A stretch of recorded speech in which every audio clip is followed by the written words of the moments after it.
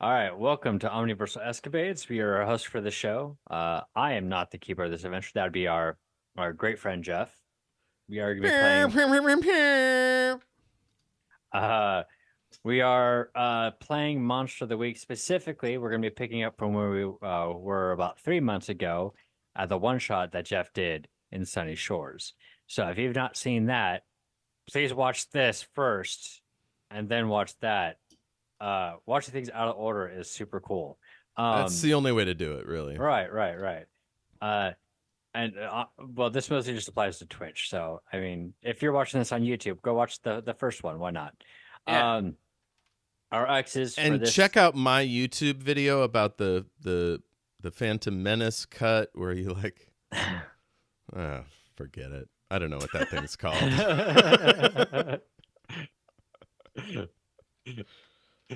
um, of course, everyone. Wait, people haven't seen the Jeff cut of the Phantom Menace?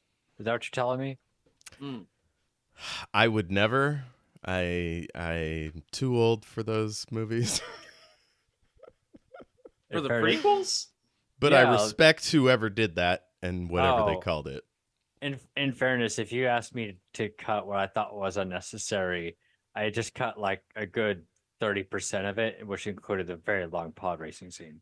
So, I would cut all of the parts that don't have Jar Jar in it. oh, the Jar Jar cut, Yeah. Hmm. of course. Uh, real quick. Just excuse me while I die here.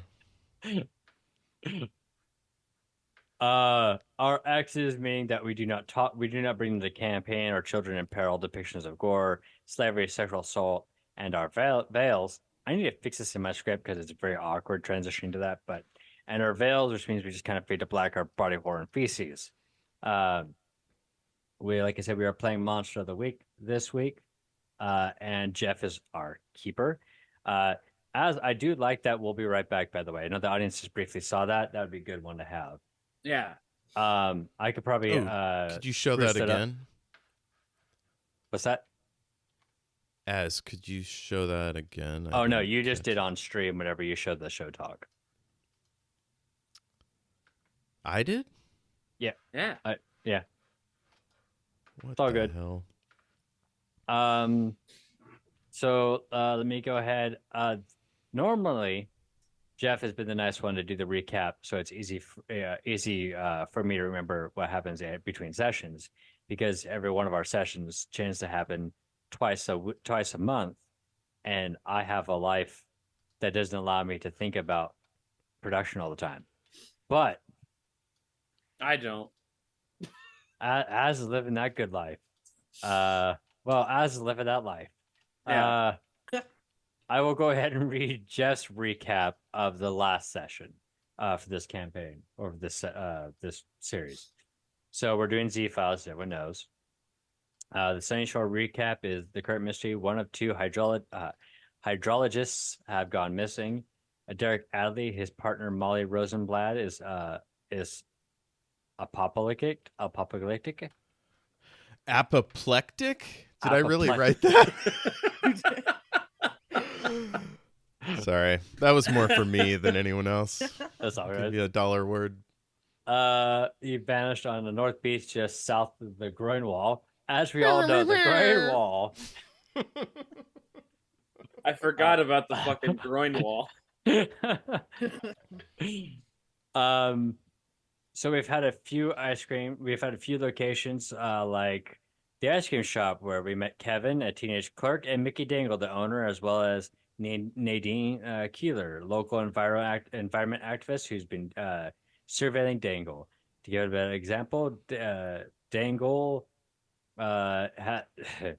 Dangle is running a scheme with the local realtor company to bring oil drilling back to the city. That heard that at the end of the last episode. We had met Ernie Stone, a police sergeant, and Molly Rosenblatt, who was the friend of one of the people who went missing. Right now, Leo and Stinky Pete's car is being worked on by Barry over at Randy's Tires. Just to make it a little more confusing. Yeah, just slightly more confusing. Mm-hmm. And at the last moment, combination of magic tomfoolery and Stinky Pinks. Stinky Pinks? Did I just say that? Whoa. That sounds like a Jason Mraz song. Sure. Yeah. It's actually Geek in the Pink. I'm sorry. Less said about that, the better.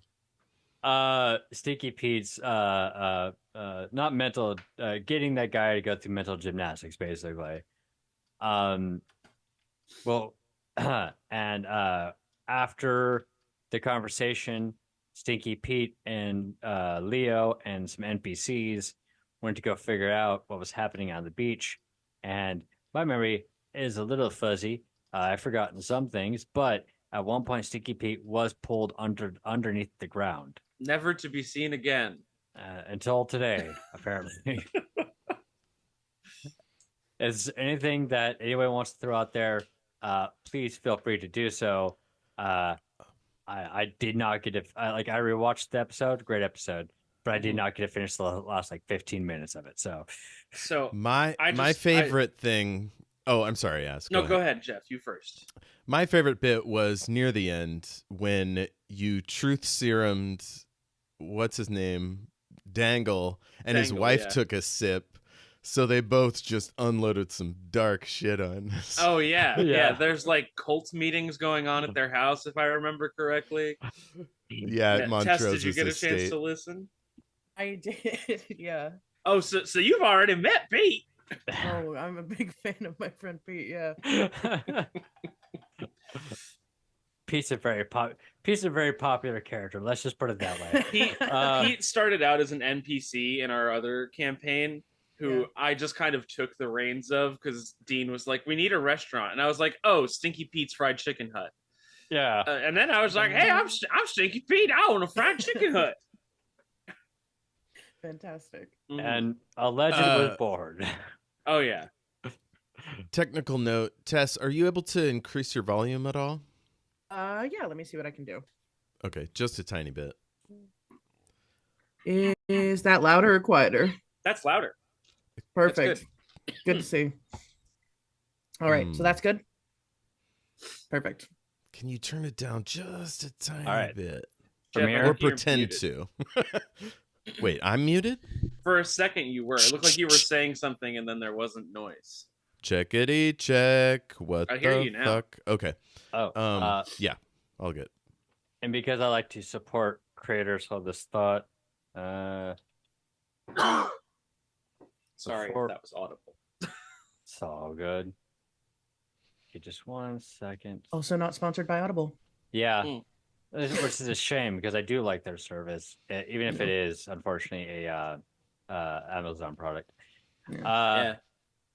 While we're on the subject, I want to pitch Libro.fm, which will let you give a little cut to your local independent bookstore. Oh. They don't have every audiobook, but they have most of them, so check them out. Also, if you want, many libraries have either a physical version of it, like CDs or cassettes. Yes, cassettes are still around. But also, depending on the county, they may have an associated app, and you can listen to audiobooks for free. Or if you've got a tablet, you can listen to you can watch. What is up with me today? You can read the book for free on your tablet. Mm-hmm. I like to use Hoopla for audio and Libby for ebooks. But Libby doesn't always have as many audiobooks. I like to use Splingo and Gonstone for mine. Also, you can just straight up find audiobooks on YouTube. I've found a few, especially if they're in the public domain, like John Carter. Gonstone, I believe, sends a portion of the proceeds to Gonzo from the Muppets. Yeah. I don't know what he Splingo needs is it actually for, they raise money. All the funds that they raise gives wet children pogo sticks. Oh, okay, all right. I don't like that last one though. Like that's not. They're wet from water. I should say. They're Right, just like, at they the live spray near, park. Like, They're swamps. damp children. Yeah. That's a better, yeah, damn. It's not. Listen, it's not conducive to have a pogo stick in a swamp, but like they're doing it. Splingo. Other bit in support of independent creators and my friend Az. What? In the chat, in the link is Az's new project that they posted of their chicken sandwich saga. Oh yeah, I was like, what? I posted a project. I did. Yeah. Check it out. It's pretty good. I would say, as in any group that I'm in, Az is now like the resident chicken sandwich expert. And anime pro tag. Yeah. And anime pro tag. All right, guys, we gotta eat a chicken sandwich. As I will pay for your next chicken sandwich if you did that, as the entire bit. And now I see the face. You're considering it too. I am. More than considering, it's done. Yeah. Just like 2 weeks from now, dude, send me $20. Hey guys, Cal's Calzone's here again, and today we're eating the best chicken sandwich ever. I delete that from history. I'm so.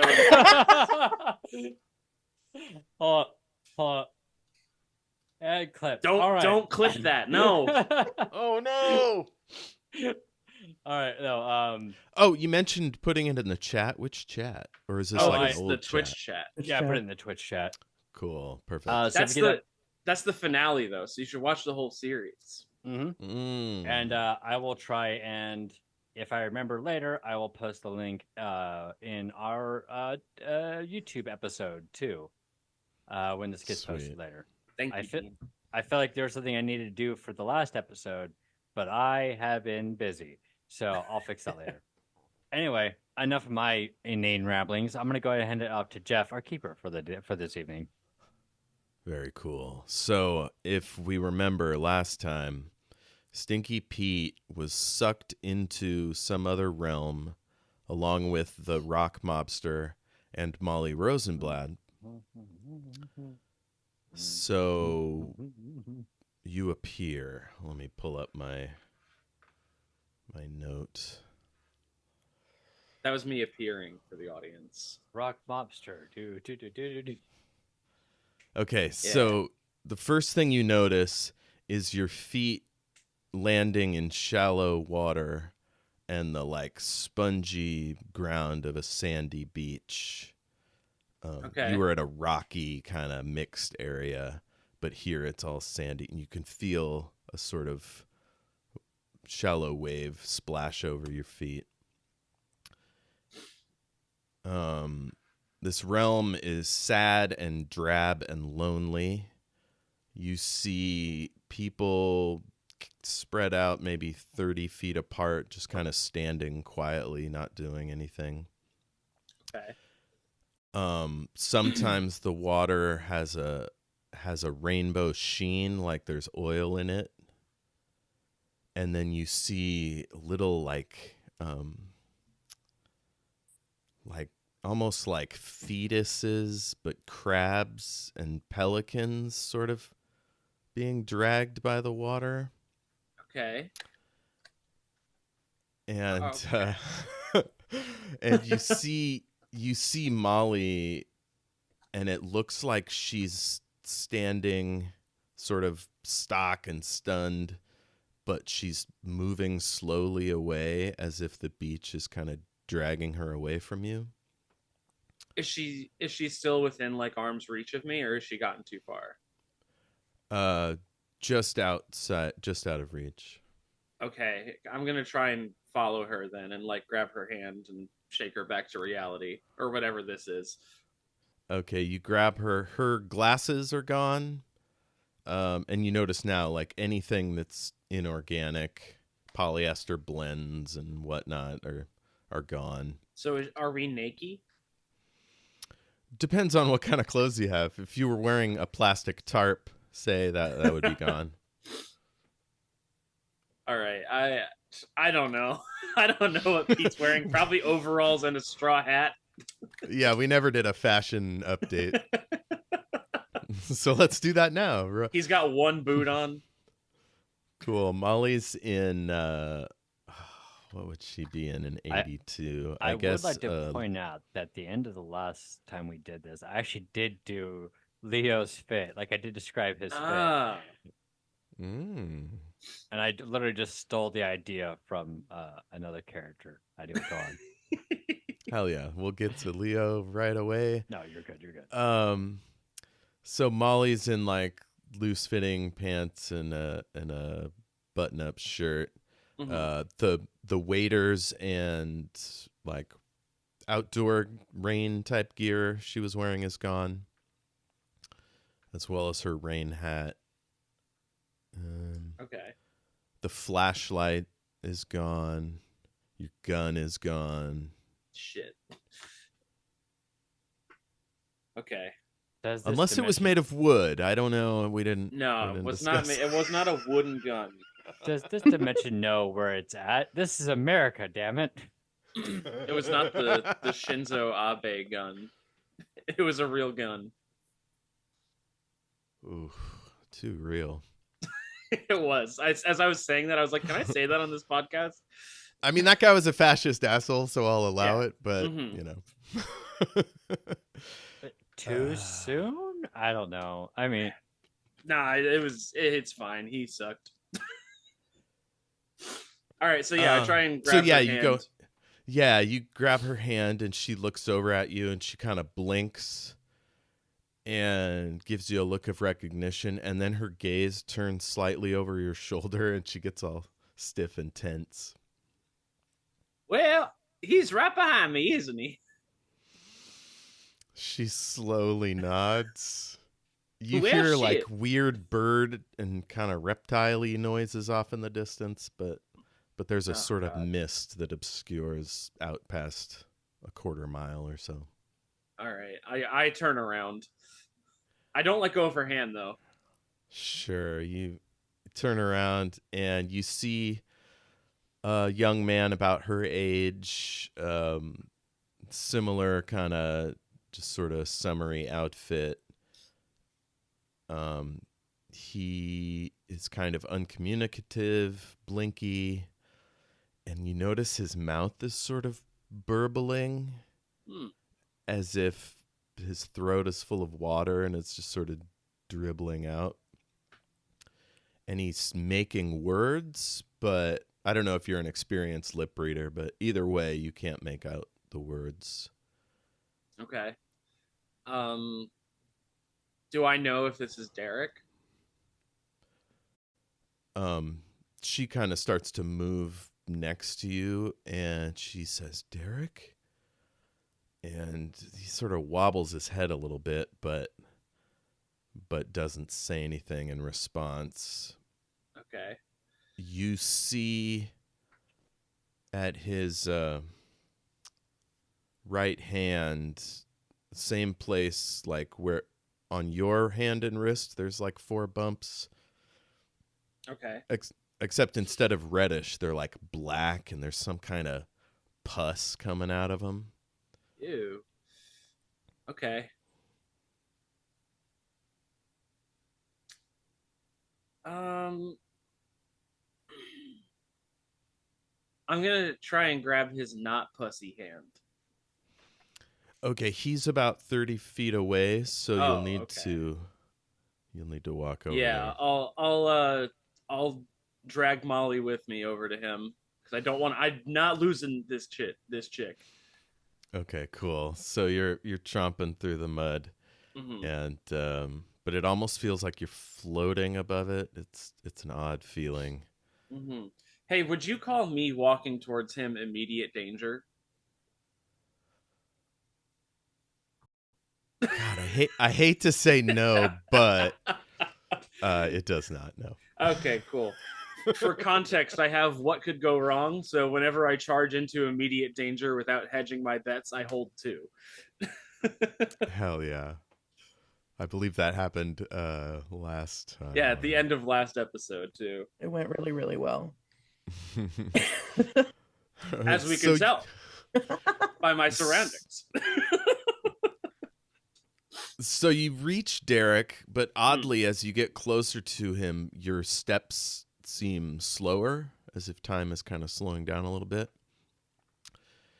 And he blinks, and then he says what might be Molly, and more water comes out, but he still seems pretty sedate.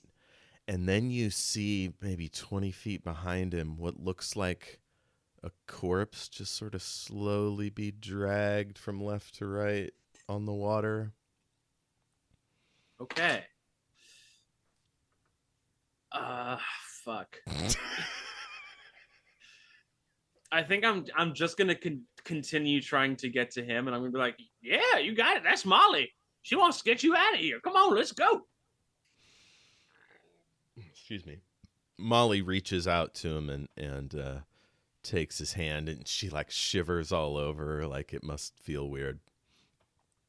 And he blinks a bunch and seems confused. You're not sure if he's coming around at all. But he's not attacking or anything. Okay. So when I got to this place, did I do I know how really quick, I need to jump in. She grabbed his left hand. Is that the pussy one? No. Okay, cool. But try to make sure she doesn't grab his other hand. Yeah. All right, I wouldn't touch that open wound over there if I was you. She looks at it like, ugh. It seems grody. So, as I was asking, did I fall from the sky into this place? Did I sink up through the sand? How did I get here? Do I remember? More like a 6-inch fall, just enough to notice that it went from, okay, empty to flat. Basically a sudden drop sort of situation. Yeah. Okay. There was a little splash. All right. I think that in that case, I'm gonna. I am going to climb up onto Derek's shoulders and see if I can reach out to something in the sky to pull me back. And by the sky, I do mean 8 feet off the ground. Derek just sort of crumples as you try to climb him and goes down to a squat. Shit, that sucks. Hey, Molly, you think you can support an old man's weight? She sighs and says, maybe I should do it. Yeah. You want to jump on my shoulders and you try and rip apart the fabric of reality so we can come back out of here. She looks at you in mild horror. I don't know another way to try it. That's the way we came in, And then she gets up on your shoulders and she reaches up and there's no ceiling. I'm just imagining this scene is so funny. There's a dude crumpled on the ground and this woman is just on my shoulders woo! Mm-hmm. And there's a corpse 30 feet away. Oh, yeah, that's been dragged farther away behind another one of the standing people. Do I notice anything about the corpse or any of the other standing people? Should I roll for that? The corpse seems to be in black and white, like a color was drained out of it. And it's now that you realize that in the distance, people are grayed out. You're not sure if it's a quality of the mist or something else. Okay. And Molly points and goes, over there. And you look over, and at the limit of your vision, you see one of the people, past 3 or 4 grayed out people, is slightly more colorful. Okay. And we'll cut over to Tess's character. By the way, I don't know if we introduced ourselves. Oh, yeah. It's a little late in the game, but I'm Jeff. I'm Az. I play I'm Pete. Tess. Hi, Tess.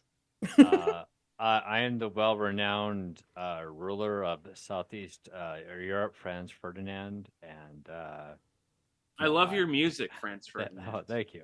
This Mhm. fire is good. Multi-talented. Yeah, I'm Dean, by the way. What's up, Dean? Okay, so Tess, tell us your character's name and maybe what they see in the distance in terms of your clothing. Remember, no non-organic materials. Yeah, I know. It's I took that into consideration. I didn't have to change anything, but I considered it. So I'm Barbara. I am in my early 60s, I think. Yeah. And you see just so late 60s, early 70s clothing. It's like a green drop waist, kind of like shift with the big old collar, and then let's see, and then kind of just not too big of hair, but it's, you know, it's curled and it's staying in place. We got to do something to destroy the ozone. So But you got yeah, a curly coif. What's the color on that? it's like a reddish blonde, strawberry blonde. They have a word for that. Ah. It's going gray, but it's going slowly. It's graying very slowly, so it's still looking all right. And you're down here with Pete? Yeah, I'm off in the distance. I'm the Wild. Instead of being gray, there's just a little bit of extra color in there. Yeah, 100 yards or so.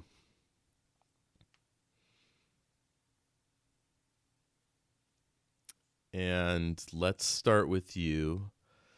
You felt a sort of warmth you haven't felt in ages. Mm-hmm.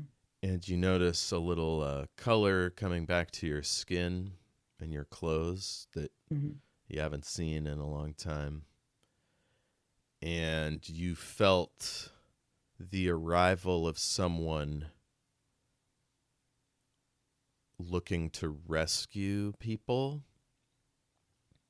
Some kind of investigator / restaurant entrepreneur, restaurateur. Yeah. Named Pete, and then someone else came with him, but you don't know anything about them. And I've off in the distance. And I've also been on power saver mode for a while. Yeah, you don't know. Time doesn't seem to have any meaning here. Yeah, that's probably for the best. I've been here a while. Okay, so do I also have the bumps on my hand?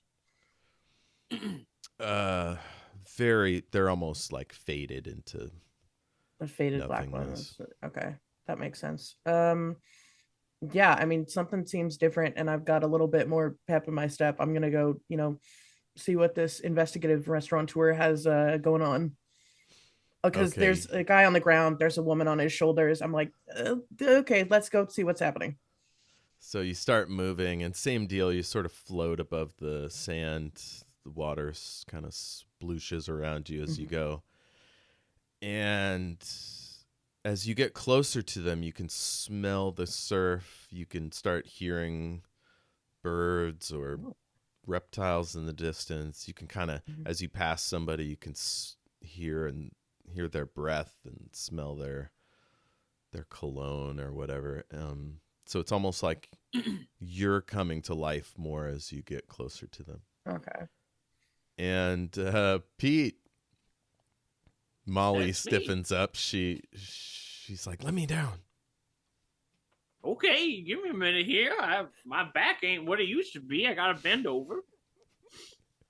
I let her down. She slides down and splashes into the dirt or the mud. And she looks around for a weapon, but doesn't have anything. I got these two right here. We're good. She kind of moves around behind you. Who goes there? Hello. Hi. Hello. I don't know you. I don't know you either, to be fair. What are you doing here? What am I doing here? Do you know what's happening? I was going to ask you the same question. I just got here. We were upstairs. I'm upstairs. We were on a different beach, and there was a creature, and I had a gun which I no longer possess, and I took a shot at the creature, and then I just sloop right through the sand, and then I land right here on a different beach with all these crazy people. I would look around and I'm noticing that, yeah, everyone else is kind of just not doing what we're doing. Was it okay? sunny, I'm gonna say you feel a brief flash of irritation. You know, like people have thought you were crazy before, and it's kind of annoying, and Yeah. so. But you're also pleased to be feeling anything. So Yeah, right. I'm like, God, okay. Also, I want to make it very clear: Pete does not think anyone is crazy because he is Pete. He's got a vibe that I'm like, real recognizes real. Was it Sunny Shores? Yeah, that's the one. I Oh was my just God. I was just talking to the big dog on campus, Mr. Mickey Dangle. I had dinner with him and his wife, and they told me some very interesting things. Now I come down here to the beach, I saw somebody on it. Oh, how I look at his outfit and I'm imagining it's, pretty modern. I mean, not pretty modern, but like is it visibly 80s? Oh, yeah, him, Molly, and Derek, all their clothes you've never seen. Their particular, I don't know how much clothes change in 10 years, but a good amount. The lapels are shorter, maybe. Do you know Gravity Falls at all? Yeah. Because I picture Stinky Pete as Old Man McGucket, who I've just posted a picture of in Show Talk. Hell yeah. I feel like I've been here for ever. What year is it? It's 1980. It's 1984. Yeah. Oh my God. It's 1982. It's 1982. Right, Jeff, but it's funnier if you don't say the last name.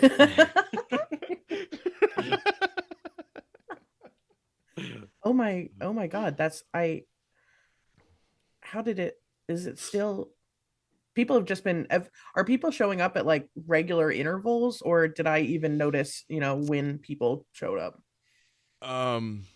They all seem to come in a quick clump, and so you get a little sense of time having passed. So yeah, you're aware that 82 has arrived, and you've picked up some hints of like pop culture and news and stuff. But as we go forward, I'll let you roll periodically to like, stuff you might know from the newer arrivals. Because there's a bit of a hive mind vibe going. Fair. Okay. Speaking of 1982, did you hear about the big Tylenol recall? I just Googled events in 1982. Awesome. It was real bad. You put stuff in 3 bottles and they'll take it all off the shelves. Barbara's like, what do you mean a Tylenol recall? What did they do to the Tylenol? It was poisoned, I tell you. Oh my God. Let's see. What happened? You're gonna blow her mind. It's just like what every person in the 60s thought that AIDS was gonna be like in a post-apocalyptic dystopia. I'm just gonna keep up my Google search of 1982 news just so I have everything. Just drops of news. I have a bunch of late 60s, early 70s things up. Dean, what was that? No, go ahead. Okay. Oh, that was it. That was the end of my bit. Molly says, we came to get Derek and the others. I can't see for shit here. My glasses are gone. Do you see? Okay, Vilma Dinkley, settle down.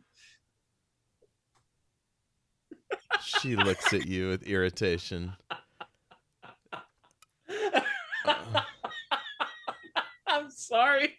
I don't know where that outburst came from. I just wanted to make a reference.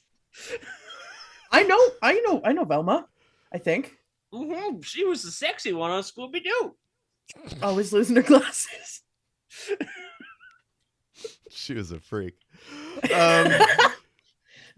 Do you see? She's like, do you see Sundergaard or Kostowitz or Hargrove around? Is she asking me? Yeah. Do I see Sundergaard or Hargrove or Kostowitz around, Jeff? You saw all their missing posters, and so yeah, you can pick them out. They're all about 30 feet away.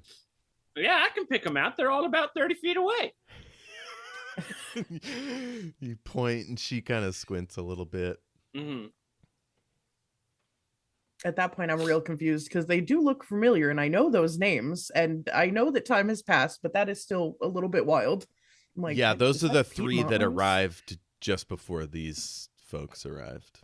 Yeah, I guess I just didn't connect the fact that I knew them before I disappeared until this moment where I'm like, oh my god. Oh no, I don't know that you would. You wouldn't know Kostowitz. You would, yeah. You knew Bennett Hargrove when he was a little younger. He was, yeah, he's just a little bit older than you. Mm-hmm. Handsome teacher guy. Ooh. I don't think you would have known Sundergaard. Fair. Which one of them is Derek? Is that Sundergaard or is that? No, Derek just arrived. These are the 3 that like that arrived. were missing. Gotcha. Yeah. All right. Yeah, they just got here recently, I think. Well, I'll tell you something. We've been looking for those 3 people, but I would assume that folks have been looking for all the rest of the people here too. So if we find a way out of here, we gotta like pull all these bodies through the sand or what have you, get them back. Hey, who are you, by the way? We never introduced ourselves. There was a lot going on. Yeah, there was a lady on my shoulders. There's not many people to talk to around here. I was mostly just excited that things were happening. My name's Barbara. Barbara, I'm Stinky Pete. It's nice to meet you, Stinky. You can call me Pete. Molly laughs. Can I? Pete I was in like 2 levels because it's. Go ahead. Go ahead. I'm only Stinky to my business partners.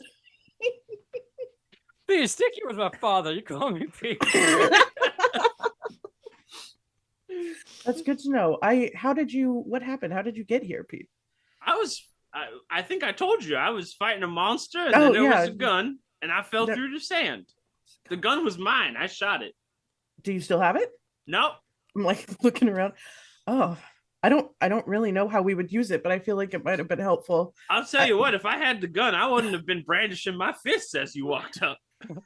That's a fair point. That's Pete. You know what? You're absolutely right. I'm a smart fella, not a fart smeller.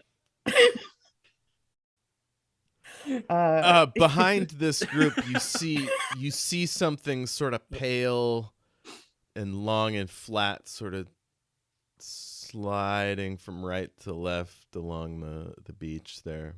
It's my mother-in-law, Maris. I gotta tell you, I don't know whether to get closer or farther from this thing at this moment. Hey, we outnumber it. You know, there's 3, maybe 4 of us if we can get, this guy over here awake. You realize it's not a corpse, it's a piece of driftwood about the length and girth of a good walking stick. The pale thing? Sort of gnarled, but straight. Wait, the pale thing is a walking stick? Yeah, your mother-in-law's walking stick. Yes. Okay. Because I was referring to Derek. I wasn't sure. I wasn't sure if we were talking about the same thing there. All right. Well, I'm gonna go and try and pick up the walking stick then. This thing, I feel like it's important because it was pointed out to us by the narrative. So Molly stays with Derek. You go and pick it up, and it seems to pulse with a sort of weight or power or something. It feels good in your hands. Okay. And it feels a little like denser than your average driftwood. This thing's cool. You want to hold it? Yeah, I'll try it out. Is Derek like out, or can we just help him up? Is he just kind of Once Pete got off of him, he stood back up and he's sort of standing there immediately. And you can see now that he's like burbling, like water's coming out, and he's sort of mouthing syllables. But that's uncanny. I really don't like that. I hate that for Derek. He's squishing and stretching like an accordion. Was he sick before he got here? Because he's not looking too good. No offense, my friend. I mean, I think he's as sick as everybody else here. I think he got invasion of the body snatchers, you know? Like, do you know that reference? When did that movie come out? I believe it was the 50s. Molly gives you a like, what the fuck, dude, look. And hey, I'm just telling it like it is. When you said that, Derek kind of looked almost right at you and looked almost like he was trying to figure out what you were saying. Invasion of the Body Snatchers. It's a sci-fi movie. I am imagining that you watched the 78 one and I watched the one in the 50s. So we're talking about the same movie, but a different movie. Yeah. Mm-hmm. Hey, Derek, you seem to respond to that. Do you like Star Trek? Captain Kirk and Spock and all them? They're friends? Was Star Trek syndicated at the time? I don't know. He sort of, maybe he shrugs. You're not sure. When did I've watched that one. Premiere. Hang on, let's find 63, I believe. 66. Yeah. Ooh, 63 So it must have been. I do like the idea that Barbara is basically playing Captain America. I know that reference. Mm-hmm. I know that. I don't know what. Let's say because he and Molly were our scientists, they would have watched it when they were kids. So does he have any reaction to me just like saying all this nerdy shit at him? Sort of, but not enough that like he's back, you know. Hey, Earth to Derek, beam me up. Let me in that brain of yours. Doctor Who. Molly touches him and he sort of tilts his head a little bit. Let's cut back to our boy Leo, the spell slinger. Yeah. Pull up your character sheet here. The spell slinger bartender. Yeah. And great bee liar. Yeah. Okay, so it's been a hot minute since I've played this character. I remember this is the moment they disappear. So you've got your gun out, you just shot a lightning bolt. The thing went into the rocks and took Pete and Molly with him. I was gonna like, all right, well, we got two options here. I'm not gonna sugarcoat it. Just gonna look at the two people that were with the people that were with them. Magic's real. Anyway, we got two options here. We can either try and open a rift into wherever the hell that Pete went, or we can go confront Montrose. Evil Corporation or Unknown Dimension? Who's voting for what? Ernie just walks over to where they disappeared and is looking all around, like pointing his flashlight and weapon, and he's just like, you think he's about to lose his shit. Nadine is still screaming. Ernie, I need you to stay with me here. I hope I'm not actually snapping. You're snapping your fingers? Yeah. Ernie, I need you to stay with me here. Gotta make a decision. We got time is of the essence. What the hell was that? Magic. Anyway, time is of the essence. I don't know where Pete went. I don't know what those were. And if I'm going to do anything, I have to use big magic, which that requires like a whole thing. It's like herbs and spices and metals and, whatever. Anyway, decisions now, everyone. Confront Montrose or open a rift to another dimension. Nadine finally stops screaming, and you see she's like slumped down onto the groin wall, and the flashlight drops, and she's just like holding her head, and she goes, "That poor girl." All right. You all are not good in a panic. I'll be right back. Ernie kind of swings the weapon around, but makes sure he doesn't point it at you. And All right. yeah. All right, Ernie. Guard this as I walk. He's walking away. Guard that spot from the nothing happening. Yeah, he's standing right on it. All right, Jeff. I think the best way to get Pete and I've forgotten her name. Molly. There we go. Barbara. But well, I don't know. I've not. Don't know met about Molly. Barbara. I'm sorry. Yeah, Molly. Molly. It would be to try and like cause a magical exodus out of there if I can. Now, that's not something that I can do like playbook wise, except that I can use magic. What I can do is big magic. Big magic, which if you think that's out of the realms of possibilities of things I can do, that's fine. But big magic is like the type of stuff you would see with like rituals and ingredients and stuff like that. It's not just like having a magic ring or whatever. I'm looking at the alternative moves. There's something called Illuminated when you telepathically ask the secret masters for aid. Mm-hmm. There's something called Past Lives when you channel your previous incarnations to discover something. Yeah. Do you have the base book? Because that's where you're gonna define that. If you want, give me like. Let me see. Revised Keeper reference.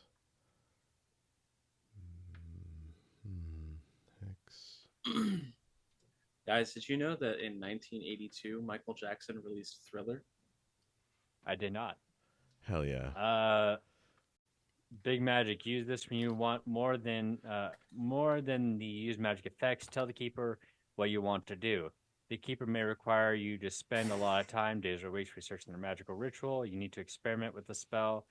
There will be a lot of failures before you get it right. You need some rare and weird ingredients and supplies. The spells will take a long time, hours a day as a cast. You need a number of people.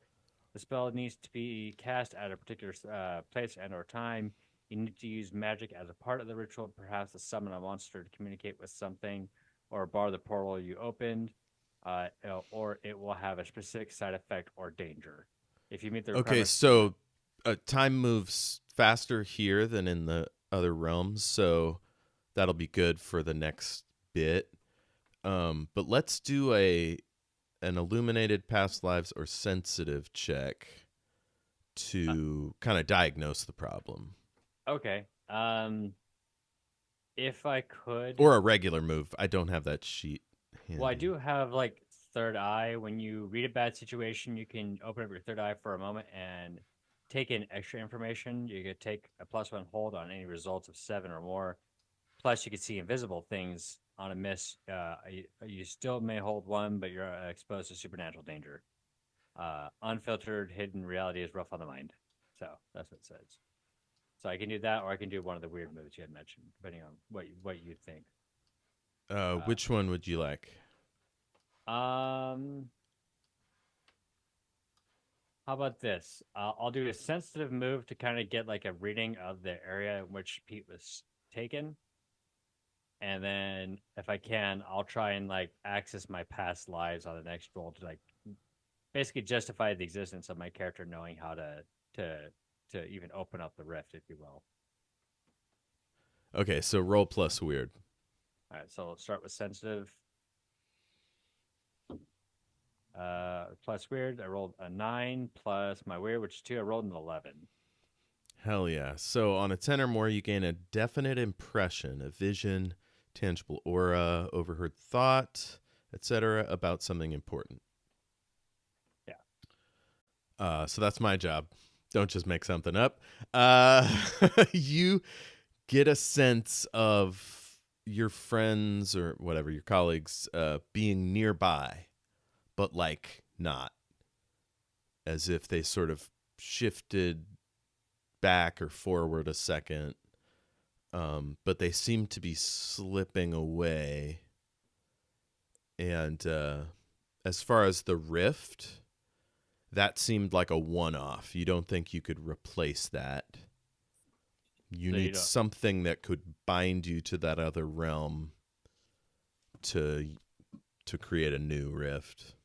Or you have to be one of those creatures. Now, I do have a question about that then. I did blast one with lightning.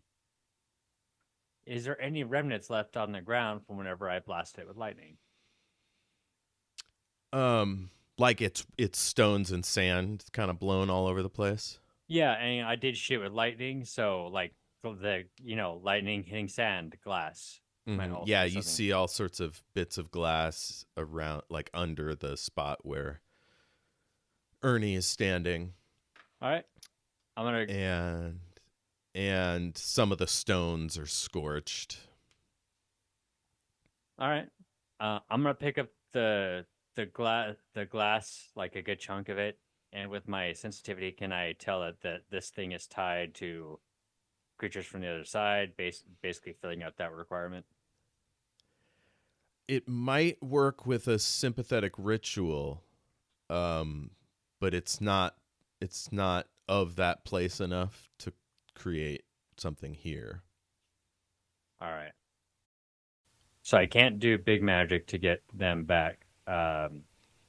You may be able to, like I said, if you use this as sort of a focus for a spell, but you think it'll be a longer project. How long do you think it might? I estimated how long it might take in game. I'm not going to leave Pete and everyone there in a matter of days, but if it's like an hour, this might be doable.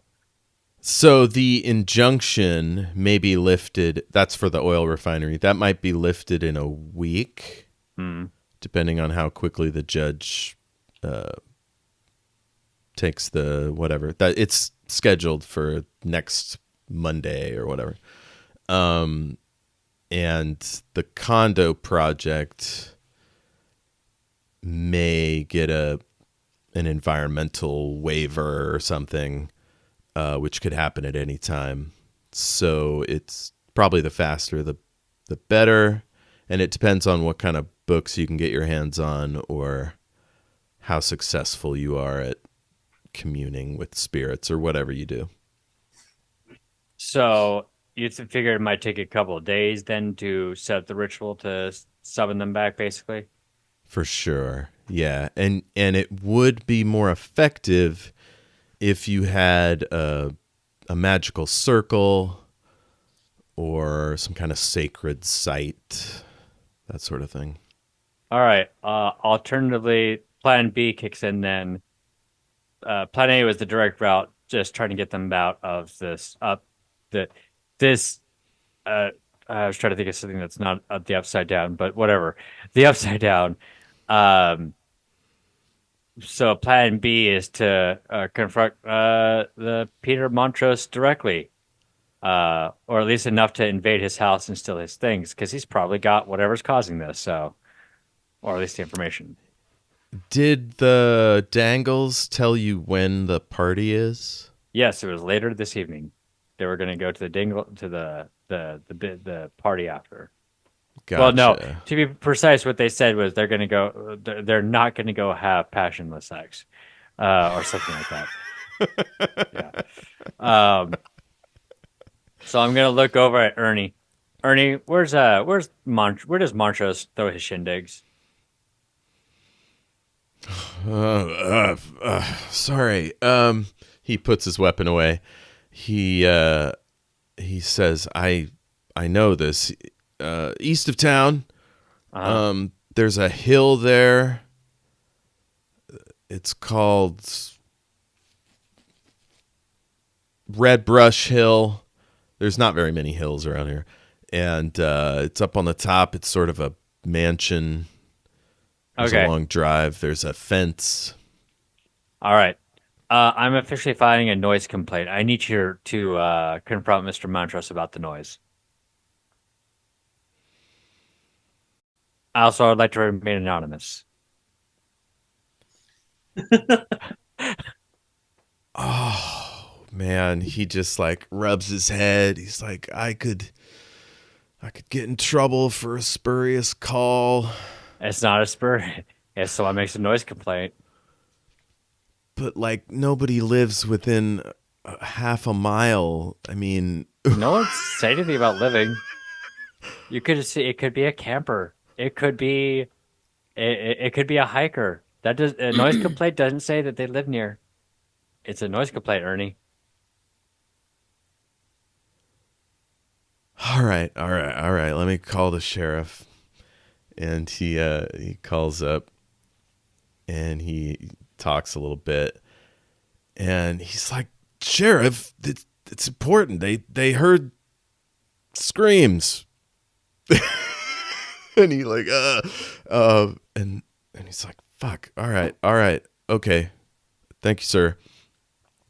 And he hangs up. Or not a sheriff, he's a police chief. Because he's Sunny Shores. So he gets off and he said, he's going up there. He told me to go back to the station. What? Why? Somebody's got to be there in case something goes off.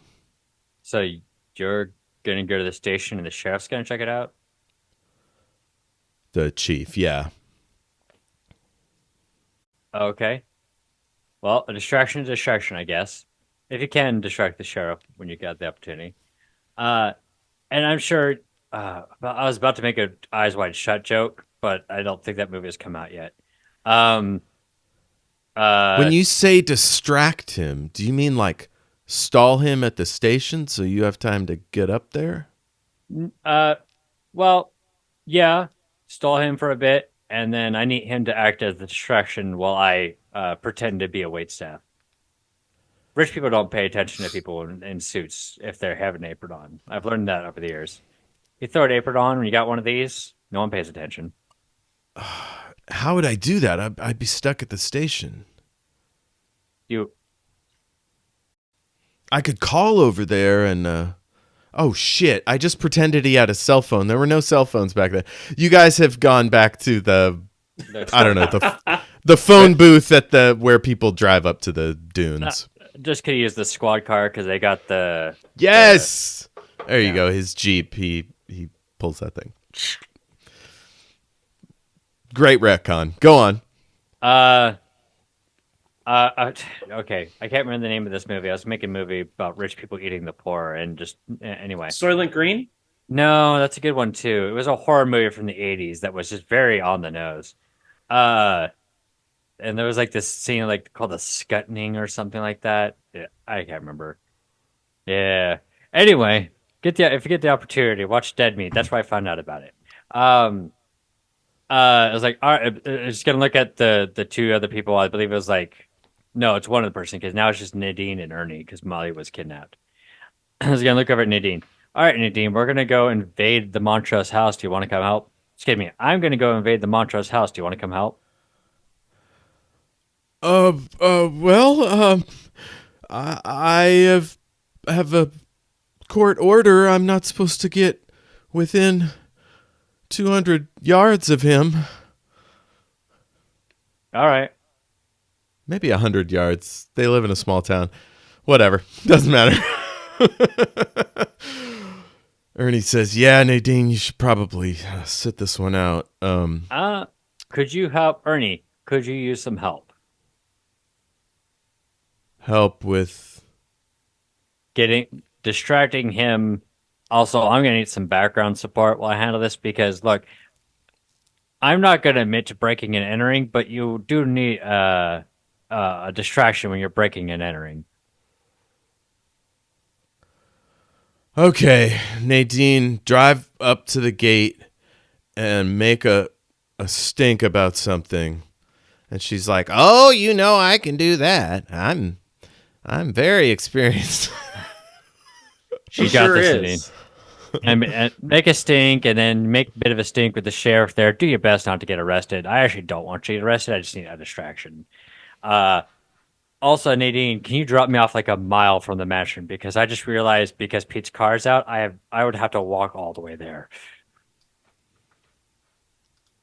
Okay.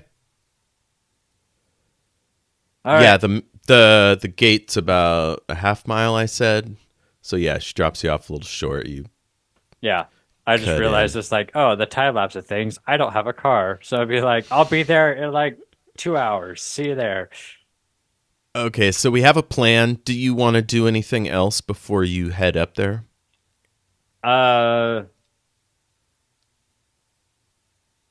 Yeah. as the kind of disgusting it is, he's going to go back into La Francaise, into the kitchen, go to one of the grease traps, and then take a comb he had and fix his hair. It's disgusting. It's grease, but it'll make him look like a presentable waiter, basically. Oh no. He doesn't carry pomade with him. Holy shit. Okay. Yes, you put a little grease in your hair. Oh, and potpourri, just throw some potpourri shit on there just so it doesn't smell like French fries. Anyway. This man Okay. is odd. wild. Yeah. And you're playing a campaign with Pete. Here's what I'll say. You technically can use prestidigitation. Oh, okay, then yeah. So you get a little grease on your fingers and Yeah, he's just fixing his hair because he doesn't have pomade, so he probably looks a little disheveled, and he's just I can't blend in that well. And then I go all right, Nadine, let's go. Okay, so yeah, it starts to rain. It's dark, it's spooky. For some reason she's playing Halloween music on the tape deck. No, I don't know. I'll be Nadine, it's August, and while I certainly appreciate a festive theme, I don't like this. She switches to I don't know. What's an old lady song? Dusty Springfield. To Poison. She changed it to the channel playing Poison. You're never too old to get into metal. That's Hell true. Yeah. She's bopping her head. It's all good. So you arrive just short of the gate. You cut off into the woods, or it's more like mostly scrub brush, but a few trees. And then you work your way around to the side. There's not a wraparound fence. It's a pretty big plot. And yeah, sure enough, you see a big, mostly wood and some brick and 3 big chimneys. It's real opulent. Hedge maze and all sorts of other rich people shit. Fountain in the front. And you see 6 cars in the roundabout there. And one of them is the police chief's Jeep. Or Bronco, whatever. I'm just going to try and blend in as though I should be there, not as a guest, but as staff. So Okay. I'm just gonna blend, make myself as unseen as possible, so to speak. Blend in the background. Is this a stealth thing, or are you using magic? I will use magic, but in a psychic sense, where basically I just am ignored by everyone. Okay. Is this something you could just do easily, or do we need to roll? That would be up to you. It's not technically one of my abilities, so if you want me to treat it as a roll or something, that's up to you. If nothing else, I'll just lie through it. I have no charm, though. Maybe I'll roll because so it's a secret from you. All right. What is your weird? You said +2? +2. Okay. Yeah. So you cut across the grass there. You go around the service entrance. You see a couple workers out there smoking, and one of them's petting a big dog, and you see another one a little ways away, and they seem uninterested in you. You could go right in the back if you want. Yeah, it's my plan. I'm gonna go right in the back, and then if I see a wall with an apron, I'm just gonna take one of those and wrap it around and grab a tray of whatever nonsense and walk the halls. It's not a big, fully catered party. You think maybe those are the only 2 waiters. It's not like they've put out a bunch of hors d'oeuvres. You just see the chef doing something with pulling dessert out of the oven and like drizzling Drizzle, right. stuff on the top of it, developing whipped cream, that kind of thing. Is there maybe like a champagne tray? Yeah, you see some champagne in a bucket, and you grab a tray and start putting glasses down. Yeah, I'm gonna go ahead and do that. I'm gonna get the champagne flutes. I'm gonna put them out there and then pour some. So before you leave, the chef is like, "They're having champagne this late? That's odd." I'm like, man, I don't know, rich people. I just work here. I just work here. So he says, "You want to stow that attitude, Montrose will." Oh no, you don't do that in you. front of the client. This is us kitchen people thing, right? Like, yes. There's two things I know, is that everyone in the kitchen is angry about everything, and the worst cussing person is the head chef. No offense, sir. I understand it's a hard job. Okay, as you head through the door, you hear somebody kind of angrily barking into a phone, and you see way down close to the front doors, there's one of those little alcoves with a fancy white enamel phone, and this big bruiser in a suit is barking into it, and then he like hangs it up, and he checks something inside his suit jacket, and then he looks over at you, and he gives you a little wave, and then points down, like maybe everybody's downstairs, and then he goes to the door, opens it up, waves at somebody, and they both head down the lane. I'm going to go ahead and I'm going to look like I'm doing just that. I'm going to look like I'm going to head downstairs to what he said. And then I'm going to rely on my instinct here. Actually, you know what? There's a roll for this. Hold up. And you hear people as you go by the stairs to the door to the downstairs, you hear people's voices coming up from below. What I'm going to do here, with your permission, is do a trust your gut roll to try and figure out where I might get information on how to get where his office will be, basically, for Montrose's office. Cool. So this is a plus weird. Yeah. I just hope I don't get a miss. 7. 7. On a 7 to 9, the keeper will tell you a general direction to go. Take +1 forward as you explore that. So his office is probably upstairs, as well as the bedroom.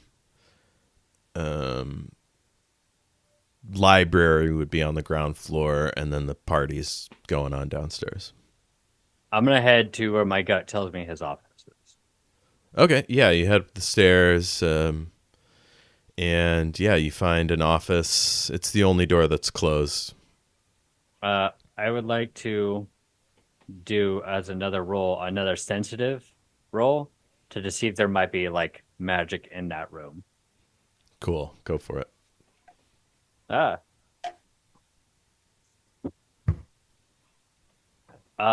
Before my bonuses, I rolled a 12. Wow.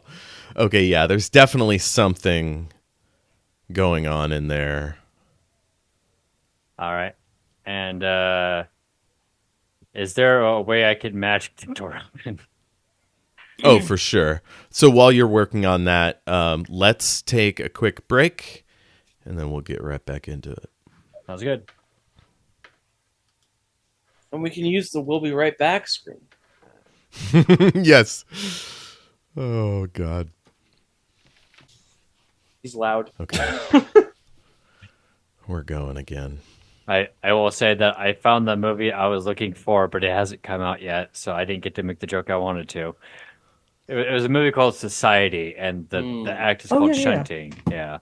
You made a reference to something that hasn't come out yet. This is some weird time travel shenanigans. Oh, don't consider that canon. That was me, Dean, trying to remember a movie from the 80s, which turns out was a lot later in the 80s than I thought it was. So You were the one that pitched Society.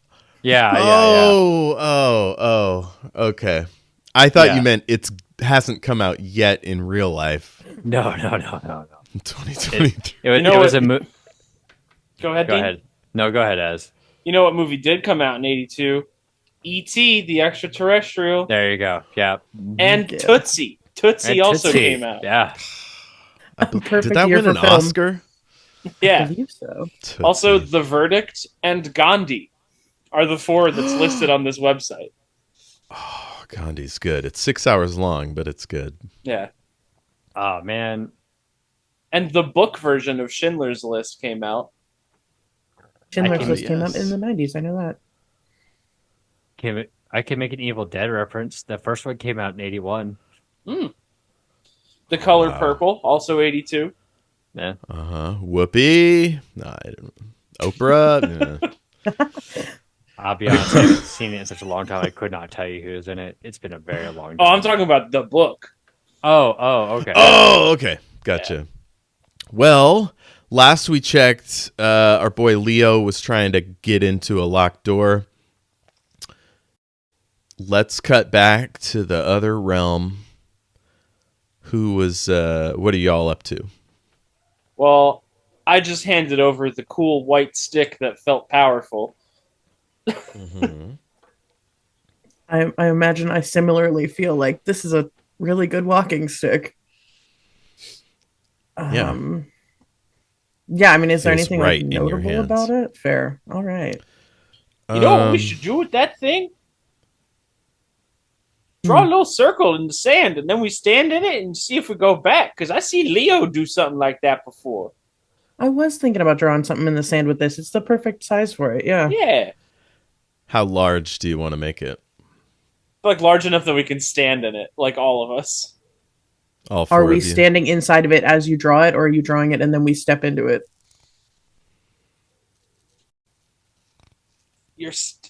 I don't know. That's your character. You make a decision. This game's pretty collaborative, so yeah. Improv. Roll plus weird. Okay, I got that. I got a +1 in my weird. And Same. this is at disadvantage, so roll 1 die. Okay. Wait, Well, no, that doesn't make no, any no. sense. So yeah. I don't Roll think we've got to bring. 4 die.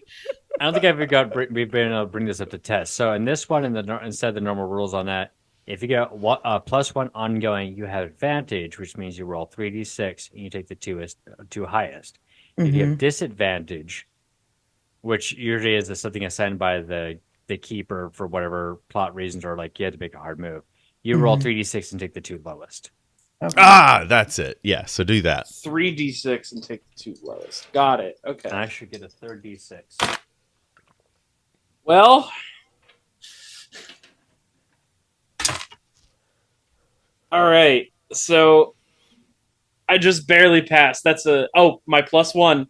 So I rolled a 2 and a 5. So that's a 7 + 1, 8. 8. Okay. So as it shuts, you feel a sort of hum and a feeling of rightness in the world. Mm-hmm. Derek gets a little more color in his cheeks. And Barbara, you feel a sort of muting of the knowledge that you gained from others. And you feel more yourself. And you feel sort of separated from Derek and the other guy. Pete? Stinky Pete. How could I forget Stinky Pete? So whatever information you were getting from them seems to have gone away. All right. That did feel a little bit weird. I think we might be getting somewhere.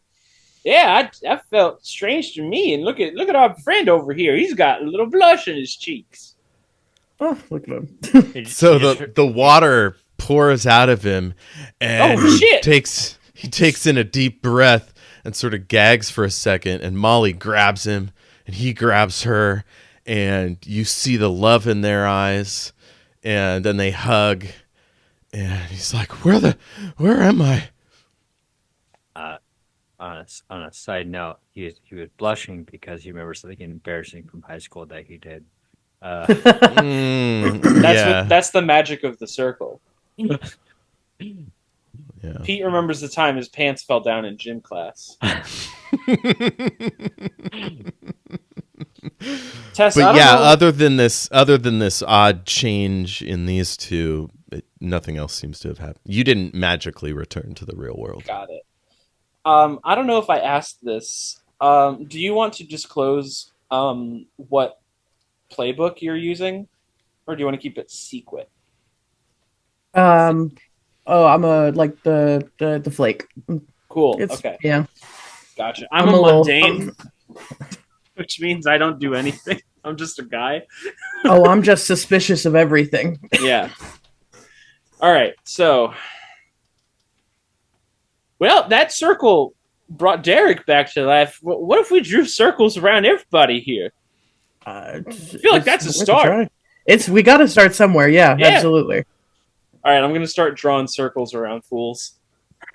Okay, so you mean smaller ones inside this one, or like step out and make new ones? I'm going to step out and go to like all the other people standing on the beach and try to like, because I'm assuming Derek was standing in this circle, and that's what happened to him. Yes. Okay, so you're going to do other people.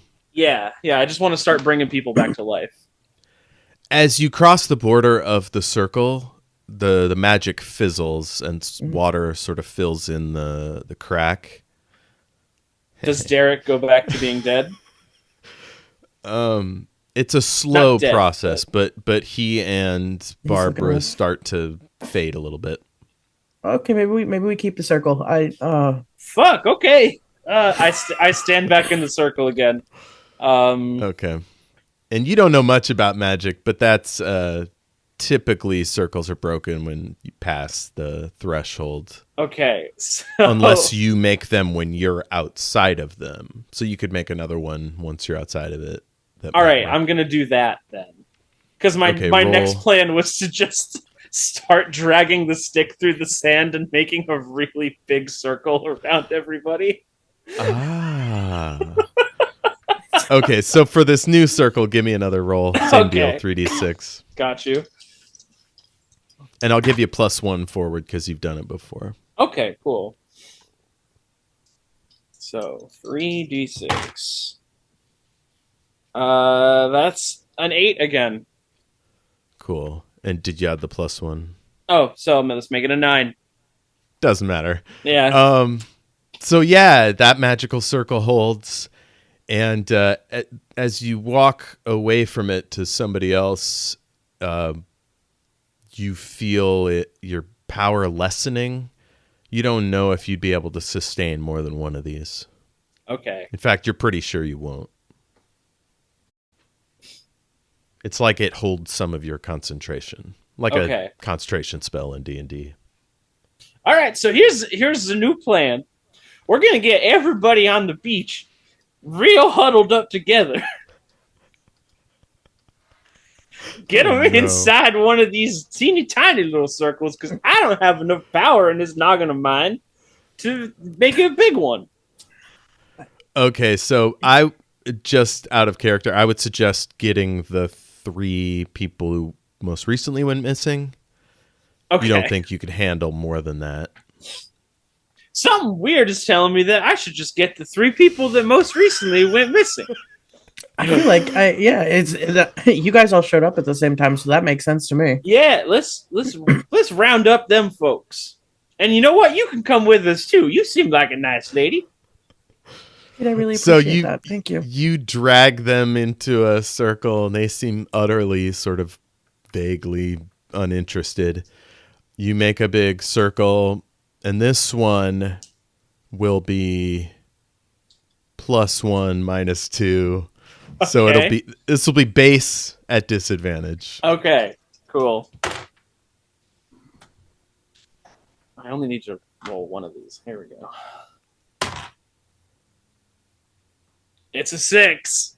I'm going to mark experience. Mark experience. Oh, that reminds me. Everybody got 1 experience from last time. Oh, okay. So then I'm going to mark 2 experience.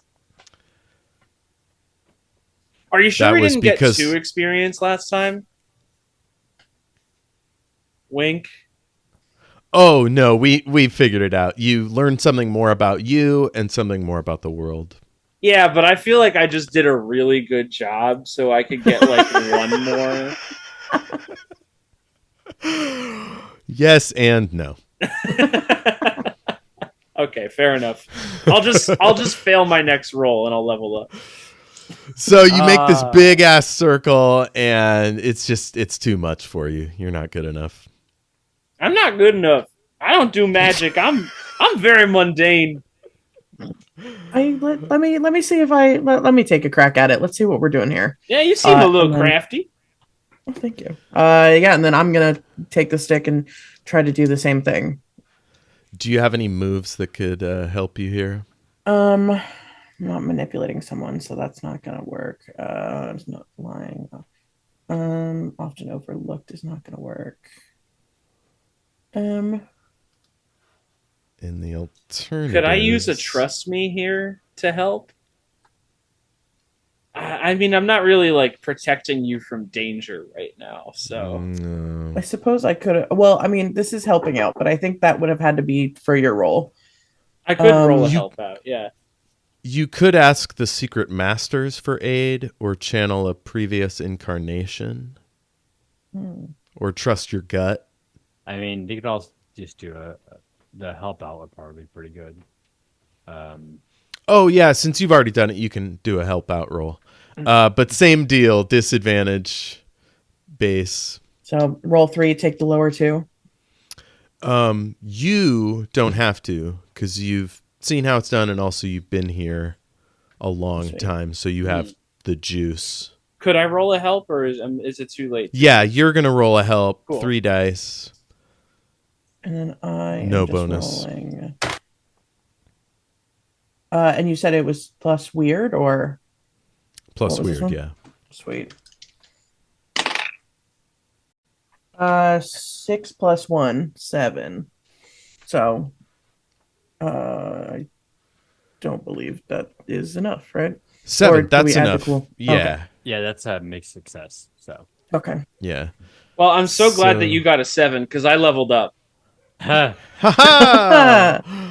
So when we come back to you, tell us what the move is. Yeah, I got you. So yeah, so she makes this big circle. It takes a lot of energy. You feel drained. But everybody is now starting to get some of their color back.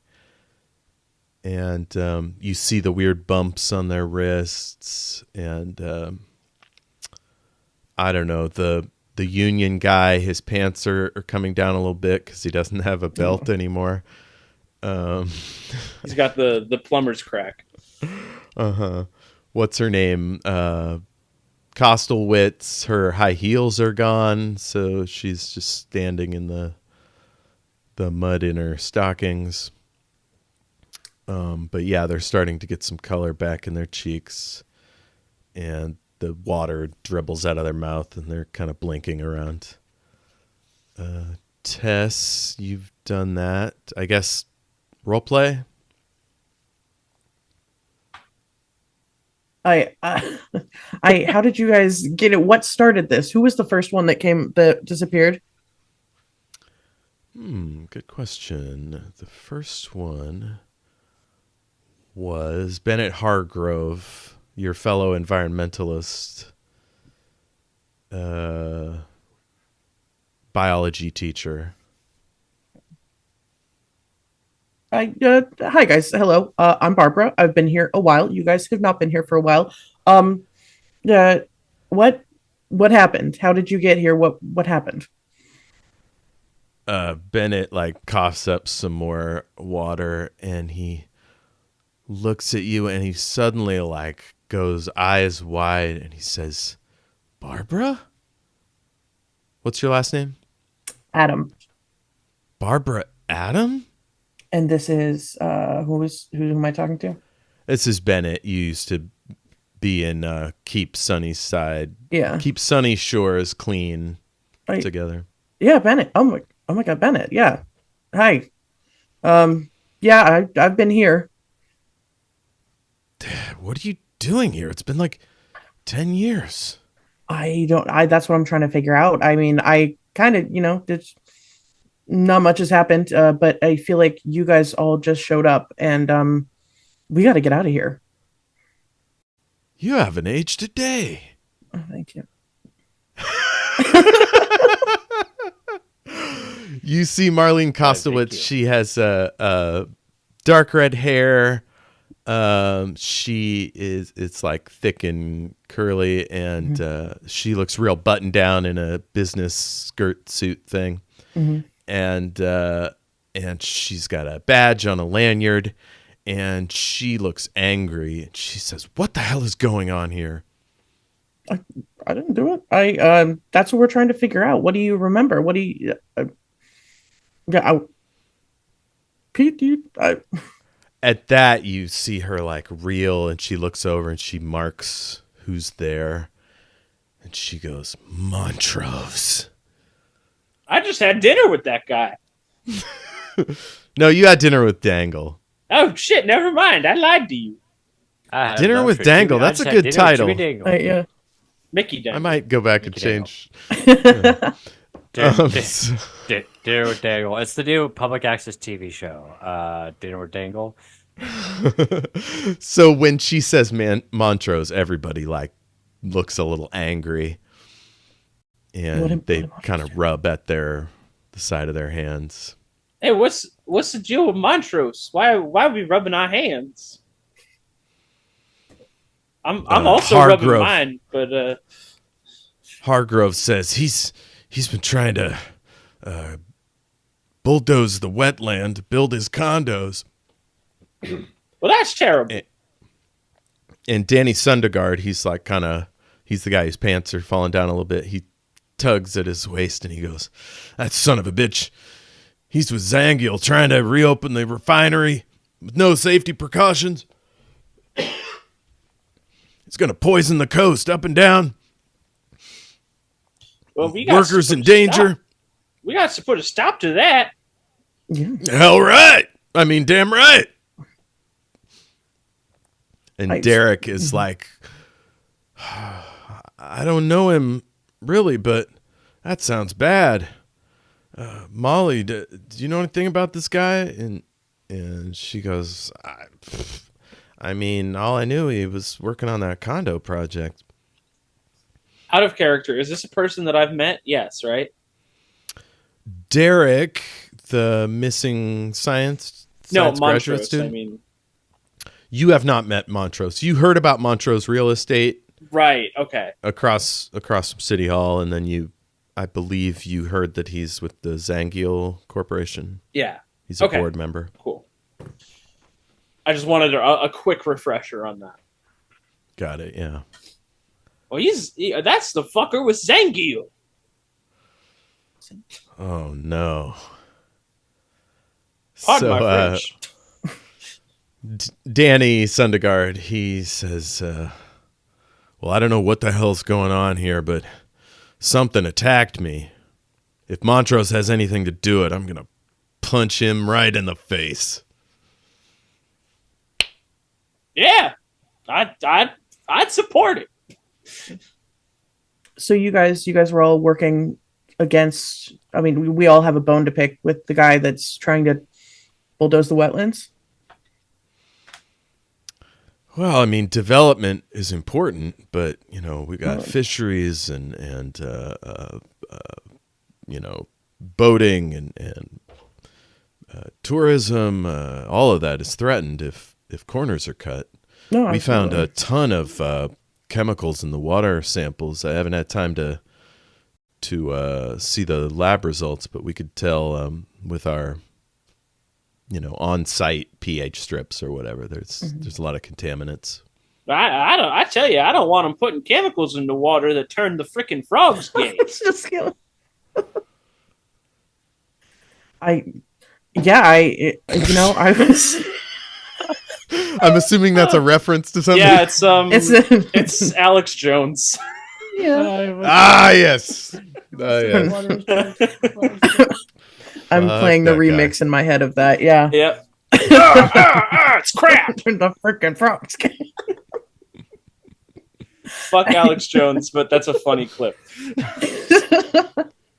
Oh, yeah. Also, Yeah. this scene, everything that takes place in this dimension is so funny to me because this whole conversation we're just huddled in a little circle. I'm imagining the circle from SpongeBob. Yeah, yeah, the sea bear circle. Sea bear circle. Yeah. Yeah. Anyone got a hat? Hey, can I see that cool stick again? I have an idea. Okay, yeah. Like hand him the stick. I want to just like slam it down in the center of the circle and see if that does anything at all. We Okay, shall yeah. pass. Yeah. You Yes. shall not remain in this dimension. Yeah. So roll 2d6 this time. Got Plus you. weird. All right. 7. That's a pass. 7. Yeah. There is a sense of I don't know, power. There's definitely it's like a weak spot between here and the other dimension. Okay. You all feel a tingle. What it means going forward, you don't know, but there's definitely this stick in this position feels right. Okay. Can I use a move here that I've just picked up with my recent level up? Heck yeah. It's called Oops. If you want to stumble across something important, tell the keeper. You will find something important and useful, although not necessarily related to your immediate problems. Yes. You see a little bit of seaweed has been trapped under the stick. Okay.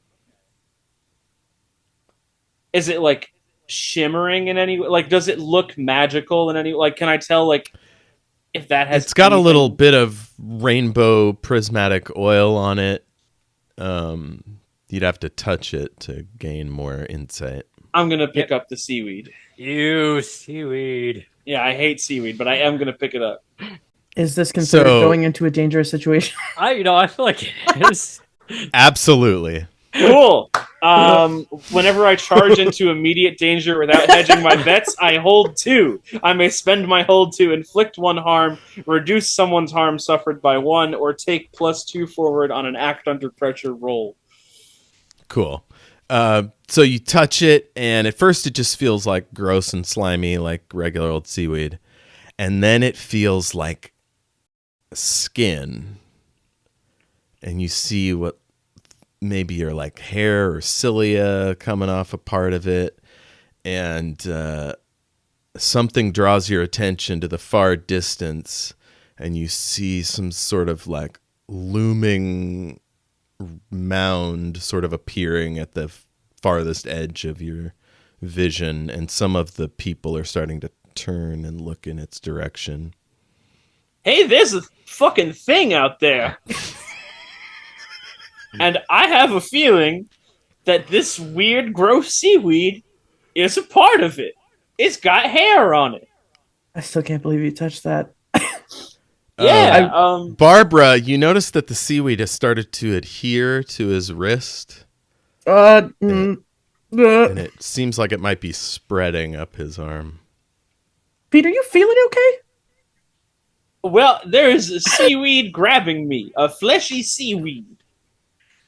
No, I'm just I clocked that. Yeah. Can I like move my arm at all, like to like stretch it out or something? Do you mean grab part of it and like if pull up your arm? So here's what I'm trying to do. I'm trying to use one of my holds to inflict 1 harm, and what I'm picturing is I'm like stretching the seaweed up, and I'm just gonna like bite to try to snap it off. Sure, yeah. You chomp into it. Goop just pours into your mouth. Oh, Tastes God. like seawater and calamari. Oh. And some what looks scarily like dark blood sort of blooshes out the other side, up the side of your arm. There's a sort of toxic-y smell, Barbara, that wafts in your direction. Molly like covers her face, and Derek starts to retch a little bit. Oh God. Okay, that sucks. The others just look on in horror. I kind of want to poke it with the stick because I don't think we poked it with the stick yet. I did. I explicitly did when I jammed it into the ground. Oh, it showed up when you. Yeah, you're right. Yeah. Hey, you seem to have better luck with this stick. You want to take this thing for whatever the fuck that is? Yeah. I'm gonna grab the stick and I don't want to leave the circle. Is the thing in the distance like coming towards us, or is it just we see the looming? It seems like just the beach has started to coalesce and climb. Okay. It's at the far edge of the horizon, so you don't know how big it is, but it's sort of becoming larger, like the cave in Aladdin. Oh, sort of coming up. Yeah.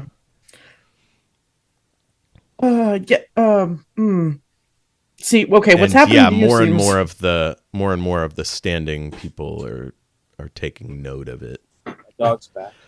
The seaweed has started to change color and look more like your skin, and you can feel now like your hair's standing on end. And is this thing that's attached to me still alive, or have I like severed that connection?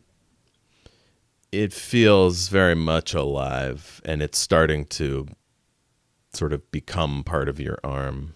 Okay. Hey, this shit is still yeah. doing some. I thought I killed it. It's still on me. It's bad. Yeah, it doesn't. Yeah, that's a. Oh my God. You want me to try to take that off, or does that seem like we're past that? Danny just reaches over and grabs your arm and starts wrenching on it. And you scream out in pain. Okay, so I'm going to use my other hold to reduce my harm suffered by 1. Hell yeah. How much harm? It doesn't hurt you. Okay, cool. So you can hold on to that. Great. Do you want to like wrench on it with him and try to hurt it? I don't know if that would directly hurt the thing that's looming. I think that I'm just like, I think Pete's kind of a big baby, so he's just like, you do it for me. Okay, Danny's tugging on it. Molly starts yanking, and Kostelwitz is just staring terrified at the creature. Yeah. Or environmental effect, whatever it is. Yeah.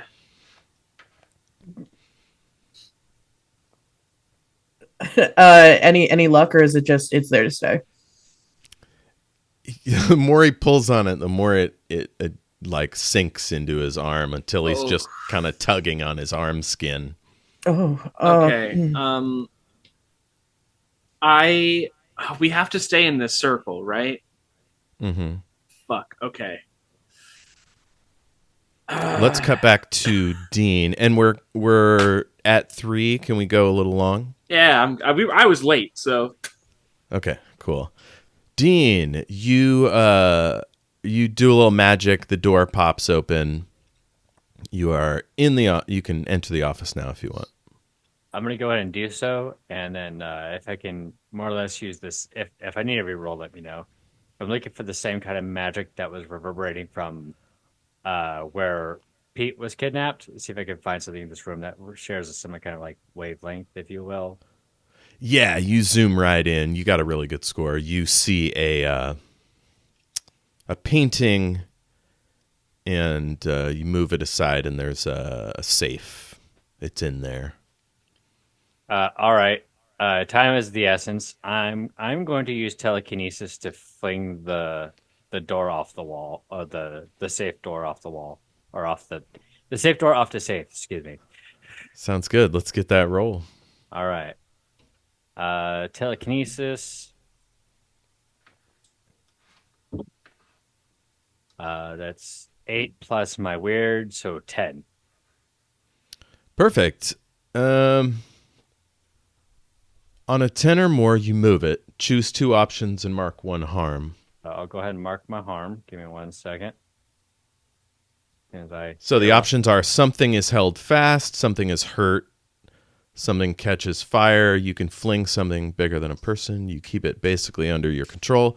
You suffer 1 less harm. So I imagine it opens and you suffer 1 less harm. Yeah. So the hinges blow, the lock kind of pops out, and the whole thing sort of falls out.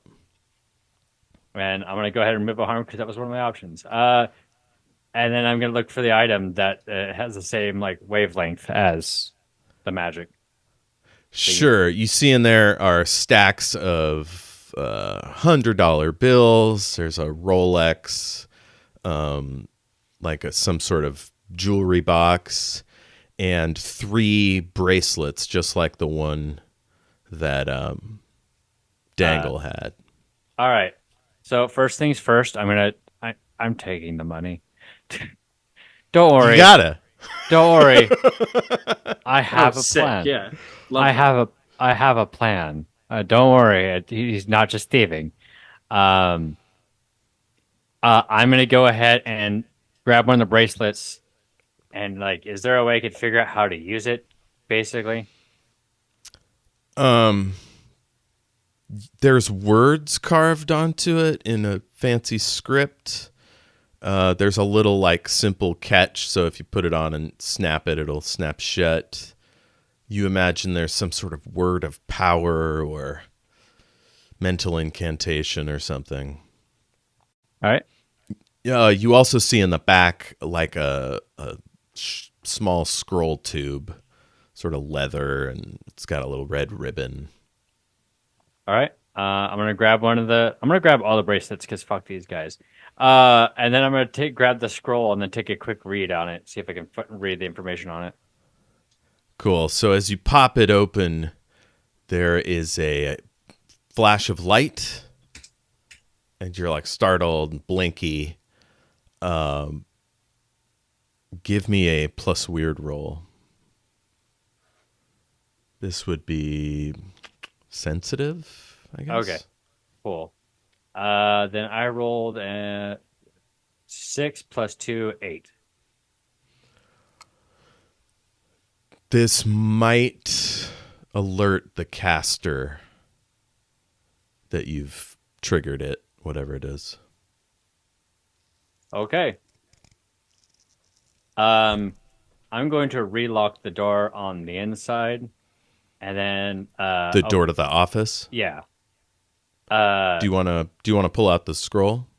Yeah. I'll pull out the scroll. Okay. Yeah, it's an ancient piece of paper rolled up. It's got, light brown writing, and it describes how to enchant the bracelet, how to activate the bracelet. Does it tell me what the bracelet does? For the marking of subjects of a larger ritual. So it forms a thaumaturgical link between whoever is marked by it. So is it safe to say that the person who wears this, like, grabs, if I can understand the pattern, they grab onto this, they place it, like they use it basically, and then whatever they touch while wearing this and has it activated gets dragged under by the rockmen, the rock people. Yeah, you think they whisper the command word. The bumps contaminate the other person, and at some future point, they're attacked. Okay. Here's my plan. I just alerted the caster that I'm here. And it might be a safe bet that the caster, even if he is like a very minor magician, is probably Peter Montrose, given the context. At the very least, he's going to receive the notification about the stuff being messed in. My current idea is to kind of like hide in the room I can, figure out how to get the bracelet to work, and I'm going to try and see if he's going to be coming in here in the next few minutes. Okay, so you put the painting back and Hide the Hide the vault door. The safe door. Yeah, you hide on the other side of a big grandfather clock, like leaned up against the wall. That's about the best you can do. Right. And I'm trying to see. I guess there's big, heavy drapes. You could pull a clue and hide behind those. Yeah, there we go. I'll just do that. It's Starkin, yeah. Okay. So Hide under yeah, the desk. oh, and as you head over there, you see the phone is off the hook for some reason. It's just like resting next to the cradle on the desk. I'm gonna give it just a quick listen to. Not gonna say anything, just yeah. There's an open line. You hear the fuzz of open. You think it's the landline, but somebody has a phone off the hook. Okay. I will keep that in mind. And you hear a faint sort of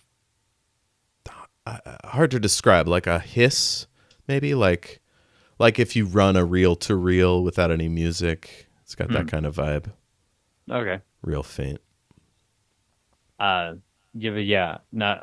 keep that in mind. I'm gonna tilt it so that the mic and receiver can be like heard if someone were to walk into the room, and I'm gonna like hide. If need be, I'm sure there's a desk. Every rich person has a big, huge desk. I'll hide under the desk.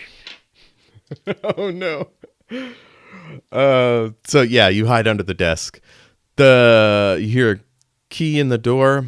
It opens up and somebody comes in, and they run over to the painting, and you hear it open up, and like a fuck. What the fuck? Shit. While they got their arm outstretched, trying to check the contents of the vault, it's when I'm gonna like go up and activate the bracelet and tap them with it. You know, basically, like on the right hand. Yeah, like right on the right hand. Bold. As soon as you come out from behind the desk, Montrose spins. He's a real tall, stocky guy, beautiful suit. He's got weird, like almost like judge's robes, but there's a little flare and red lining. And he turns and you see he's got like a gold earring hanging from one ear and big ass weird cult medallion. I have an idea. And you're going to have to act under pressure to touch him now that he's seen you. Can I offer an alternative? And hear me out here. I want to do a manipulate. Nope, I'm going to do an act under pressure because I got a -1. No, I want to do manipulate someone. All right. If I fail, I'm using luck. I don't care. Oh, this God. would be too fucking hilarious. So yes, I go to do a manipulate someone. I do take a -1 because I have no. I am not. He is not charming. Let's see. Come on. Oh wait, I had to get your permission first. Sorry, you're the keeper. I gotta be respectful. It's also at disadvantage because you're an intruder in his room, and the safe has been blown open. But can I do that? Manipulate someone, and can I point out that he didn't expect me? That's the problem. All right. Rolling with disadvantage. All right, so I rolled 2 5s and a 4 with disadvantage. That's a 9, -1, so it's an 8. Sure, yeah. So, what do you want to achieve here? He's gonna go high five. He starts to on instinct lift his hand, and then he like goes, "What the fuck?" Because I got the spell active to transfer the thing. When I go high five, and he reaches out the hand and instinct, I smack his hand. Okay, cool. Yeah, so you say the command word and slap his wrist there, and I'm gonna need you to make a. It's not kick ass, right? It's act under pressure. All right. The act under pressure is based on. Cool. Fantastic. I get a +1 to that. Do I get advantage because he didn't expect me, though? No. Popping up in his room and being weird for some reason doesn't make him More, I mean, I guess he could be flat-footed, but he's pretty savvy. I think he's, All right. Well, I rolled a he's not 7 caught off guard. in total. 7. Okay, so you do hit him and whack his arm, and then he grabs you and throws you forward, and you stumble back and hit the window. It doesn't break, but you're like thrown off guard. The drapes are kind of getting around you. I was like, as face against the window. Hey, Montrose, you just got to taste your own medicine if you don't want to get dragged off. He says, "Whoever the hell you are, give me back my bracelets." No. Here's what You you're can't going to... control the ritual. What's Nothing that? will be done to me. What's that? Are those bumps on your arm? He goes, and the bracelet turns red and pops off and drops to the ground in 2 pieces. Oh, shoot. Then I'm just going And to... then he reaches into his suit pocket. I'm going to... I mean, fuck, at this point, there went my idea. I'm just going to shoot lightning at him. I don't... Like, I had this whole cool plan. I was just like, oh, do what I say or you're going to be affected. But that went out the fucking window. Fuck it, lightning. Oh, my God. it, Yes. Yeah. Fuck it, lightning. If YouTube did not does not like cuss words, I would say that should be the name of the episode. Fuck it, lightning. I'm all for Cricket, it. lightning. Okay, you're coming up to This is a plus weird. yeah, I think it's like a kick some ass roll plus, and I use weird instead. It's been a while since I played this. Excuse me. Yeah, it's kick some ass roll, but I use plus weird instead of plus top.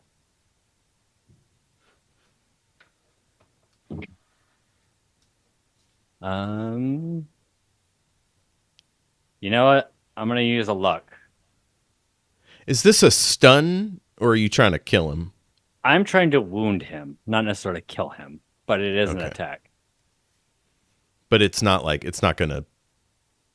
Like, if you were electrocuted, you'd be stunned for a second. Yeah, I'm 6. if you want it, it says lightning or entropy, add +1 harm and messy to a base, and then it's a blast, so it does 2 harm. It does 3 harm total, basically. Okay, so this will kill him. I mean, it doesn't necessarily have to. It's not until 4 harm do you take are you considered unstable.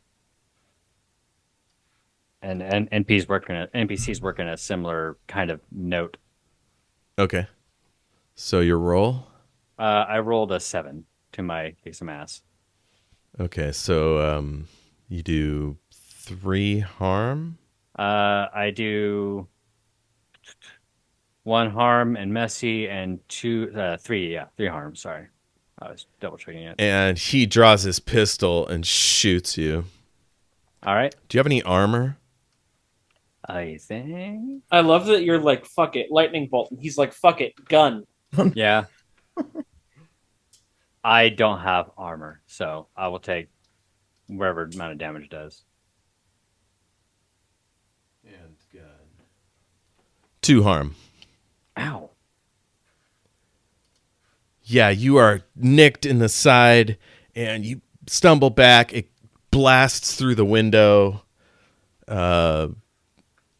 And yeah, now you're being shot at. Let's cut back to the group.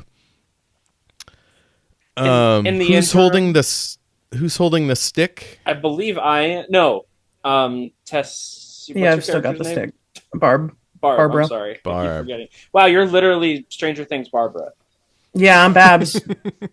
I know. After I came up with the name, I was like, wait a second. Yeah. I want to say that in the interim, I did apologize to Tess in our Zoom chat here for only having moves that are good for escaping, and now we're trapped in a circle. Tess, you feel a thrumming power in the stick, and it starts to, like, I don't know, same deal as Derek. It starts to get a little more color, as if it's like coming back to life. And the point at which it had been stuck in the center of the circle starts to, like, thrum, and, like, the water sort of pools around it and ripples outward. and that thing in the distance is growing larger. And you swear you hear like a lightning crash and like a gunshot. You don't know where they came from. Hey, quick question. I know I don't have my gun anymore. Do I have my knife? No. Okay. Unless it's made of wood. Just the handle of it. Yeah, I just have the handle of a knife. That's great.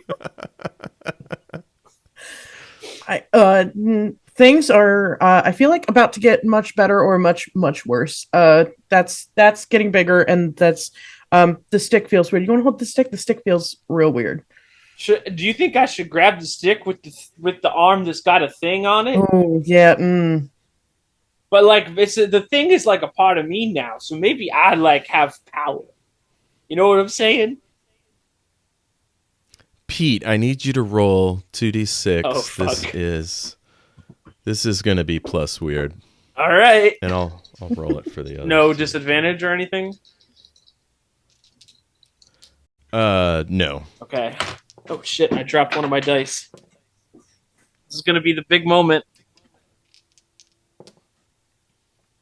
A 10. Perfect. Yeah, you sense something trying to grab you, like the bumps on your wrist start to hurt, and your arms seems to be like moving towards the center of the circle, and you notice the same thing is happening for all the other people who are marked. Their marks start turning red, and they sort of find their vision being moved like down towards their feet. And Sundegard and Kostelwitz and Hargrove just disappear. Shit, that's not good. Or actually, no. Oh, okay. Actually, it's just one. Let me roll a die to figure out who. Hargrove just vanishes. Hey, that sucks. So I got two hands here. Do you think I should grab it with the bump hand, or do you think I should grab it with the tentacle hand? Oh, they're both the same hand. Oh, okay. I was gonna say rock and Do a you hard think place there. I should grab it with the bump tentacle hand or the normal Earth human hand? Could I like read a bad situation and see? It's so much better if you do that because I have a -1 sharp. +2 sharp, so I probably should have thought to do this earlier. What are you trying to achieve here? Okay, so that guy's gone. Everyone else is looking. I'm imagining it's like angry red. The dots are. Let's see. I'm trying to figure out if.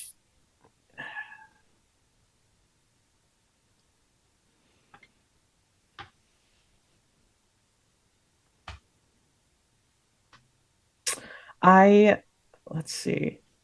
I guess I kind of want to know if I feel like the stick will help what's happening, and if putting it in the tentacled hand would maybe make things horrible. Okay, roll away. Okay. Roll away. Was that an Enya Sail Away reference? Yes, it was. I needed to retcon. When I said the guy's bracelet fell off, it was your bracelet that broke and fell off. Oh, okay. And there's no bumps on his hand. Sorry. I got a 9 + 2. Sick. Hell yeah. So you think if you put the stick into the hole, it might give you some insight as to where that guy went. If you put it into Pete's hand, it might ground him and, I don't know, settle him down. You don't know if it would reverse the thing on his hand, but... Pete's had a lot of sugar today. He really needs to be... Yeah. He needs to take his insulin. Let's see. The things are progressing rapidly enough that I kind of want to give him the stick, but I also want to, yeah, I want to poke the ground again, I think. Okay. Yeah, your consciousness sort of radiates outward. The circle just vanishes and water like starts to wave outward. Okay. And you immediately sense the power and presence of the mighty, what did I call him?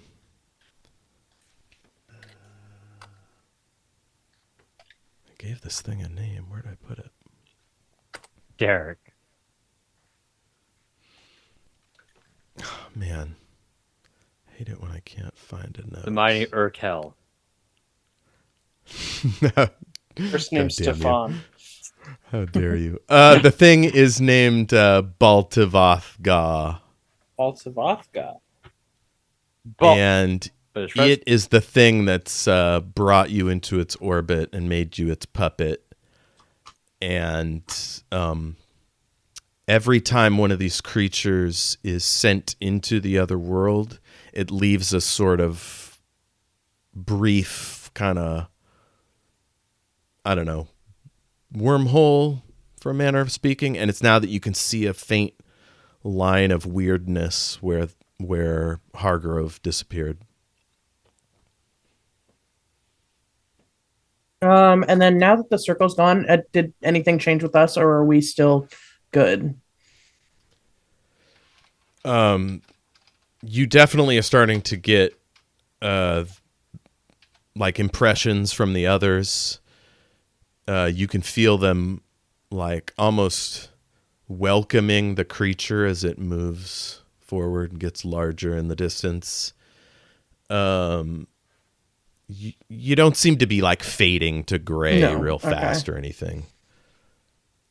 It's just more like a carrier wave that if you're exposed to it, sort of slowly takes you over. Okay. Are you telling Pete about the little wave of weirdness that you see? Yeah, I guess I basically am just. Do you see that? Can everyone see that, or is that just? Okay. You're and talking then about the wormhole bit. Yeah. Mm-hmm. And then if you don't see it, then I tell you about it. Is Barb also like kind of drawn back to this creature, or do you still have like your senses? They're fine. They're not in its thrall enough to. Okay. Like they're looking at it because it's scary, but yes. they, you know. So now that we're not beholden to a circle anymore, I am gonna put my hand on the staff, the bad hand, for lack of a better phrase. And I'm gonna go ahead and use panic button. When I need to escape, name the route I'll try and roll plus sharp. On a 10+, I'm out of danger. 7 to 9, I can go or stay, but if I go, it's going to cost me. Leave something behind or something comes with you. On a miss, you are caught halfway out. So my thought here, my dog is back again. My thought here is that I want to grab the hands of as many people as I can and just kind of pull people through. Okay, so everybody puts their hands together. Everybody's coming with me, yeah. You grab the stick and then you step into the area. But I do have to roll that plus sharp, which I have a -1 in. Any way for me to help out? I mean, can she roll a help out? No. Okay. Yeah, because I feel like you just kind of did this real quickly. It's okay. I rolled a 10. Nice. Yes. So as soon as your foot touches the rift, it's like all your cells turn inside out. You feel transformed. All your senses become heightened. And you are standing in the middle of the police station with everyone. Okay. And you see some creature that is formed out of the concrete flooring and linoleum and shit. and it's got its fist raised back to, it's holding Ernie against the wall, and it's got its fist raised back to like punch him. Okay. And we'll cut it there. Oh shit. Yeah, okay, good. I have a move to use next time. This is so cool. I'm getting to use all my moves. Let's go. Yeah. Hell yeah. Excellent. Excellent. Hey, we did How's it. We everyone- escaped the circle. Yep. We did it. How's everybody feel? I feel great. Yeah. I got to lightning a dude. Hell I yeah. got out of the. Likes and wishes, favorite moments, share some love with, I mean, give some love to one of your colleagues. Now's the time.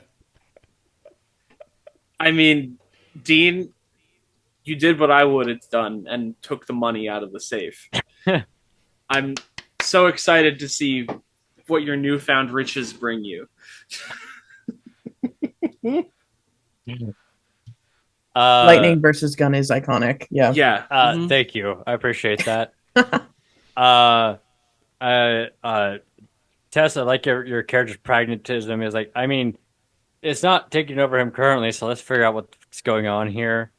Right. It's like we're in a holding pattern, and this seems. It's bigger than any of us. Yeah. Sorry, Pete. I've known you for a half an hour. Yeah. I need to get out of here. I like how Pete was just like, I saw someone else do this, so let's see if I can do it. Yeah. That was funny. Mm-hmm. I also like how I was just able to do some bullshit, like bullshit my way into this rich guy's matter. That's Leo's whole thing. True. Mm-hmm. I should take a level, take something out of like the what's that one playbook for like a former criminal. I The forgot what it is. crooked. Yeah, the crooked. Yeah. I just really like how much I'm able to mess with your NPCs, Jeff. Oh, yeah.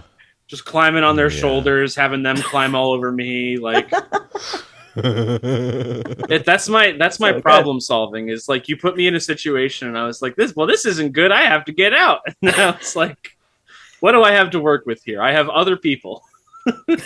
You've taken my gun, so I can't shoot this guy. And Try to on open the, the sky.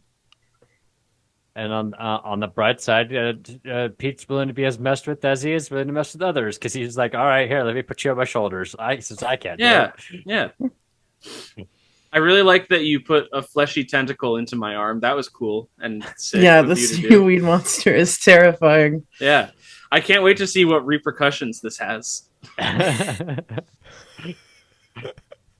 Oh, and then just the the swampiness of before we got what Derek out of it when he was just kind of icky. Yeah, Nice. just gurgling water out of his mouth. Oh, Oh, I completely lifted that from a Doctor Who episode, but it felt right for this weird place. It's cool. I like it. Also, it didn't really kick in towards the latter half of the last few minutes. I was getting kind of like Lovecraft vibes from it. Yeah.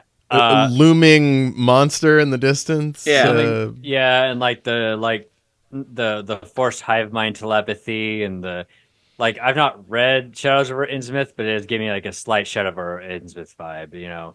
Yeah. That kind of thing. So and none of the racism. Let's go. Oh, yes, please. Yeah, it was a good session. Mm-hmm. yeah, I had fun. yeah. Good deal. Wishes. Anything you'd like to see next time? I'm just gonna put this out there. I want Leo to mess a full up. That's what I want. I want to just start putting Pete into more precarious situations to make it all the more ridiculous that he survived another 20 years. Yeah. Or is it 10 years? Because that campaign was the 90s, this one's the 80s, so it's 10 years. Yeah, I mean, you're nearly right. It's 15. It's a 15-year time difference, is what it is. Split the difference, yeah. Yeah. So yeah, there's like, how does Pete make it out of here? Well, that's for Jeff to decide, really. I'm just gonna start throwing Pete off of a cliff. I'm gonna have him get hit by a car. I'm functionally immortal. We've already established in canon that I survive another 15 years at least. Good luck justifying that one. I could take all my blood out and it wouldn't mean a thing. We know for certain that the only person who's going to walk out of this one alive is for certain is Stinky Pete. I enjoyed Tess Barbara's cautiousness. Like, it seemed like you were really careful. I don't know. It was an interesting character choice. Mm-hmm. I also like it. You can't see it there, dear viewer, but in our like group chat here in Zoom, it says Barb's just happy to be a person again. Yeah. I mean, credit where credit is due. If I woke up in that situation, I would also be cautious. Yeah. I would not trust a thing of what's happening. Also, my compatriots have the seat of the pants thing flying down, so I'm like, okay, maybe I'll make sure everything's gonna be okay. Stinky Pete, for anyone who missed our first season, instead of parking at the gate and talking carefully to the guard at the federal facility, just drove in. No, it's worse than that. He pulled a gun on a guy.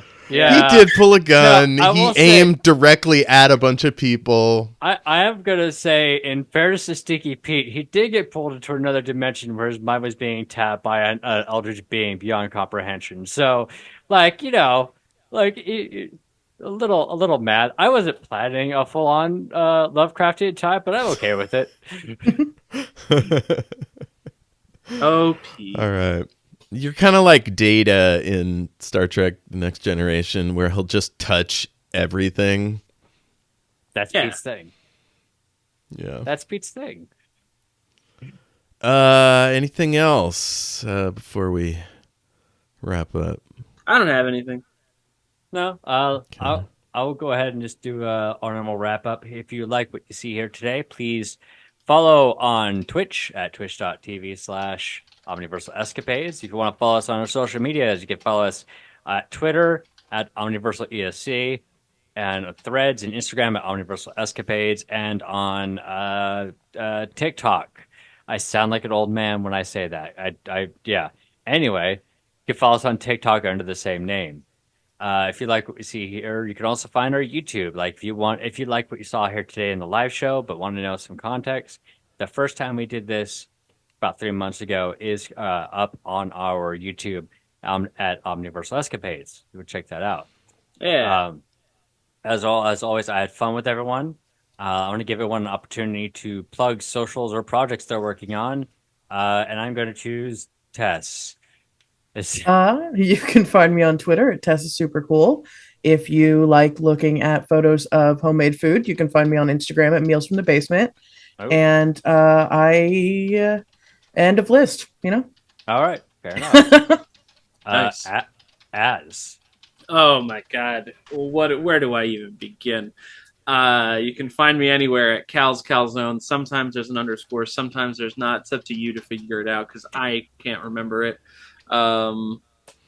Just finished the chicken sandwich saga on the Scavengers Network YouTube. You can check that whole series out. In the chat. Yeah, I'll probably eat more chicken in the future, but that'll just be bonuses.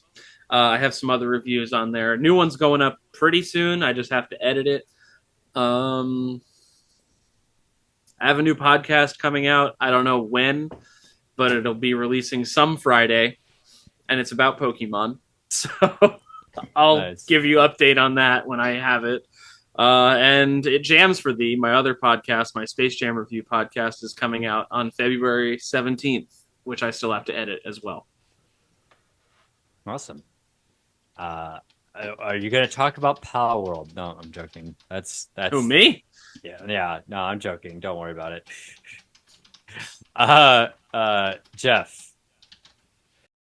Yes, I'm on Twitter and everything else at El Jefe Tacoma. I'm on draft 13 of my first novel. It's called The Tower of Justice. If anybody would like to do a sensitivity read or just want to see what it's all about, check with me. send me a message on Twitter or Facebook. That reminds me, I have a show set in that universe. It's called Shattered Worlds RPG. It's a podcast. Jamie's on it. It's like a space opera, zombies, robots, that kind of stuff. And there was one other thing. Oh, I hosted a live stream over at the Aging Journey podcast YouTube channel. It was Star Trek Adventures. It's called The Conglomeration. It's about a big scary virus thing that's not like the pandemic, so it's fun and not just sad. So please check that out and tell me what you think. That's it. All right. You can find me at various social medias at Geekisdean. This is the only thing I make. So I guess that's not true. I make some fitness content on Instagram once every like 3 months if I get inspiration. Other than that, you can follow me on Twitter, in which I basically never tweet. So, do what you will. Regardless, though, whenever I have a project, I tend to post it on Twitter because that's my forward-facing profile. That's where I want people to see shit. So follow me there if you want any updates for anything involving myself. With that in mind, I think that's it for this episode. I would like to thank, as always, our co-hosts, our hosts, the hostess, the hosters with the mosters. No, as Yeah, Tess and exactly. Jeff. That's our slogan now, Hosters I guess. with the mosters. Yeah, sure. Absolutely. Thank you, as Tess and Jeff, for being here today, and I hope to see you all, the audience, next time. Yeah. Woohoo. All right. I guess I should stop it. Please. Yeah, bye, everybody. Thanks for coming to my creepy world.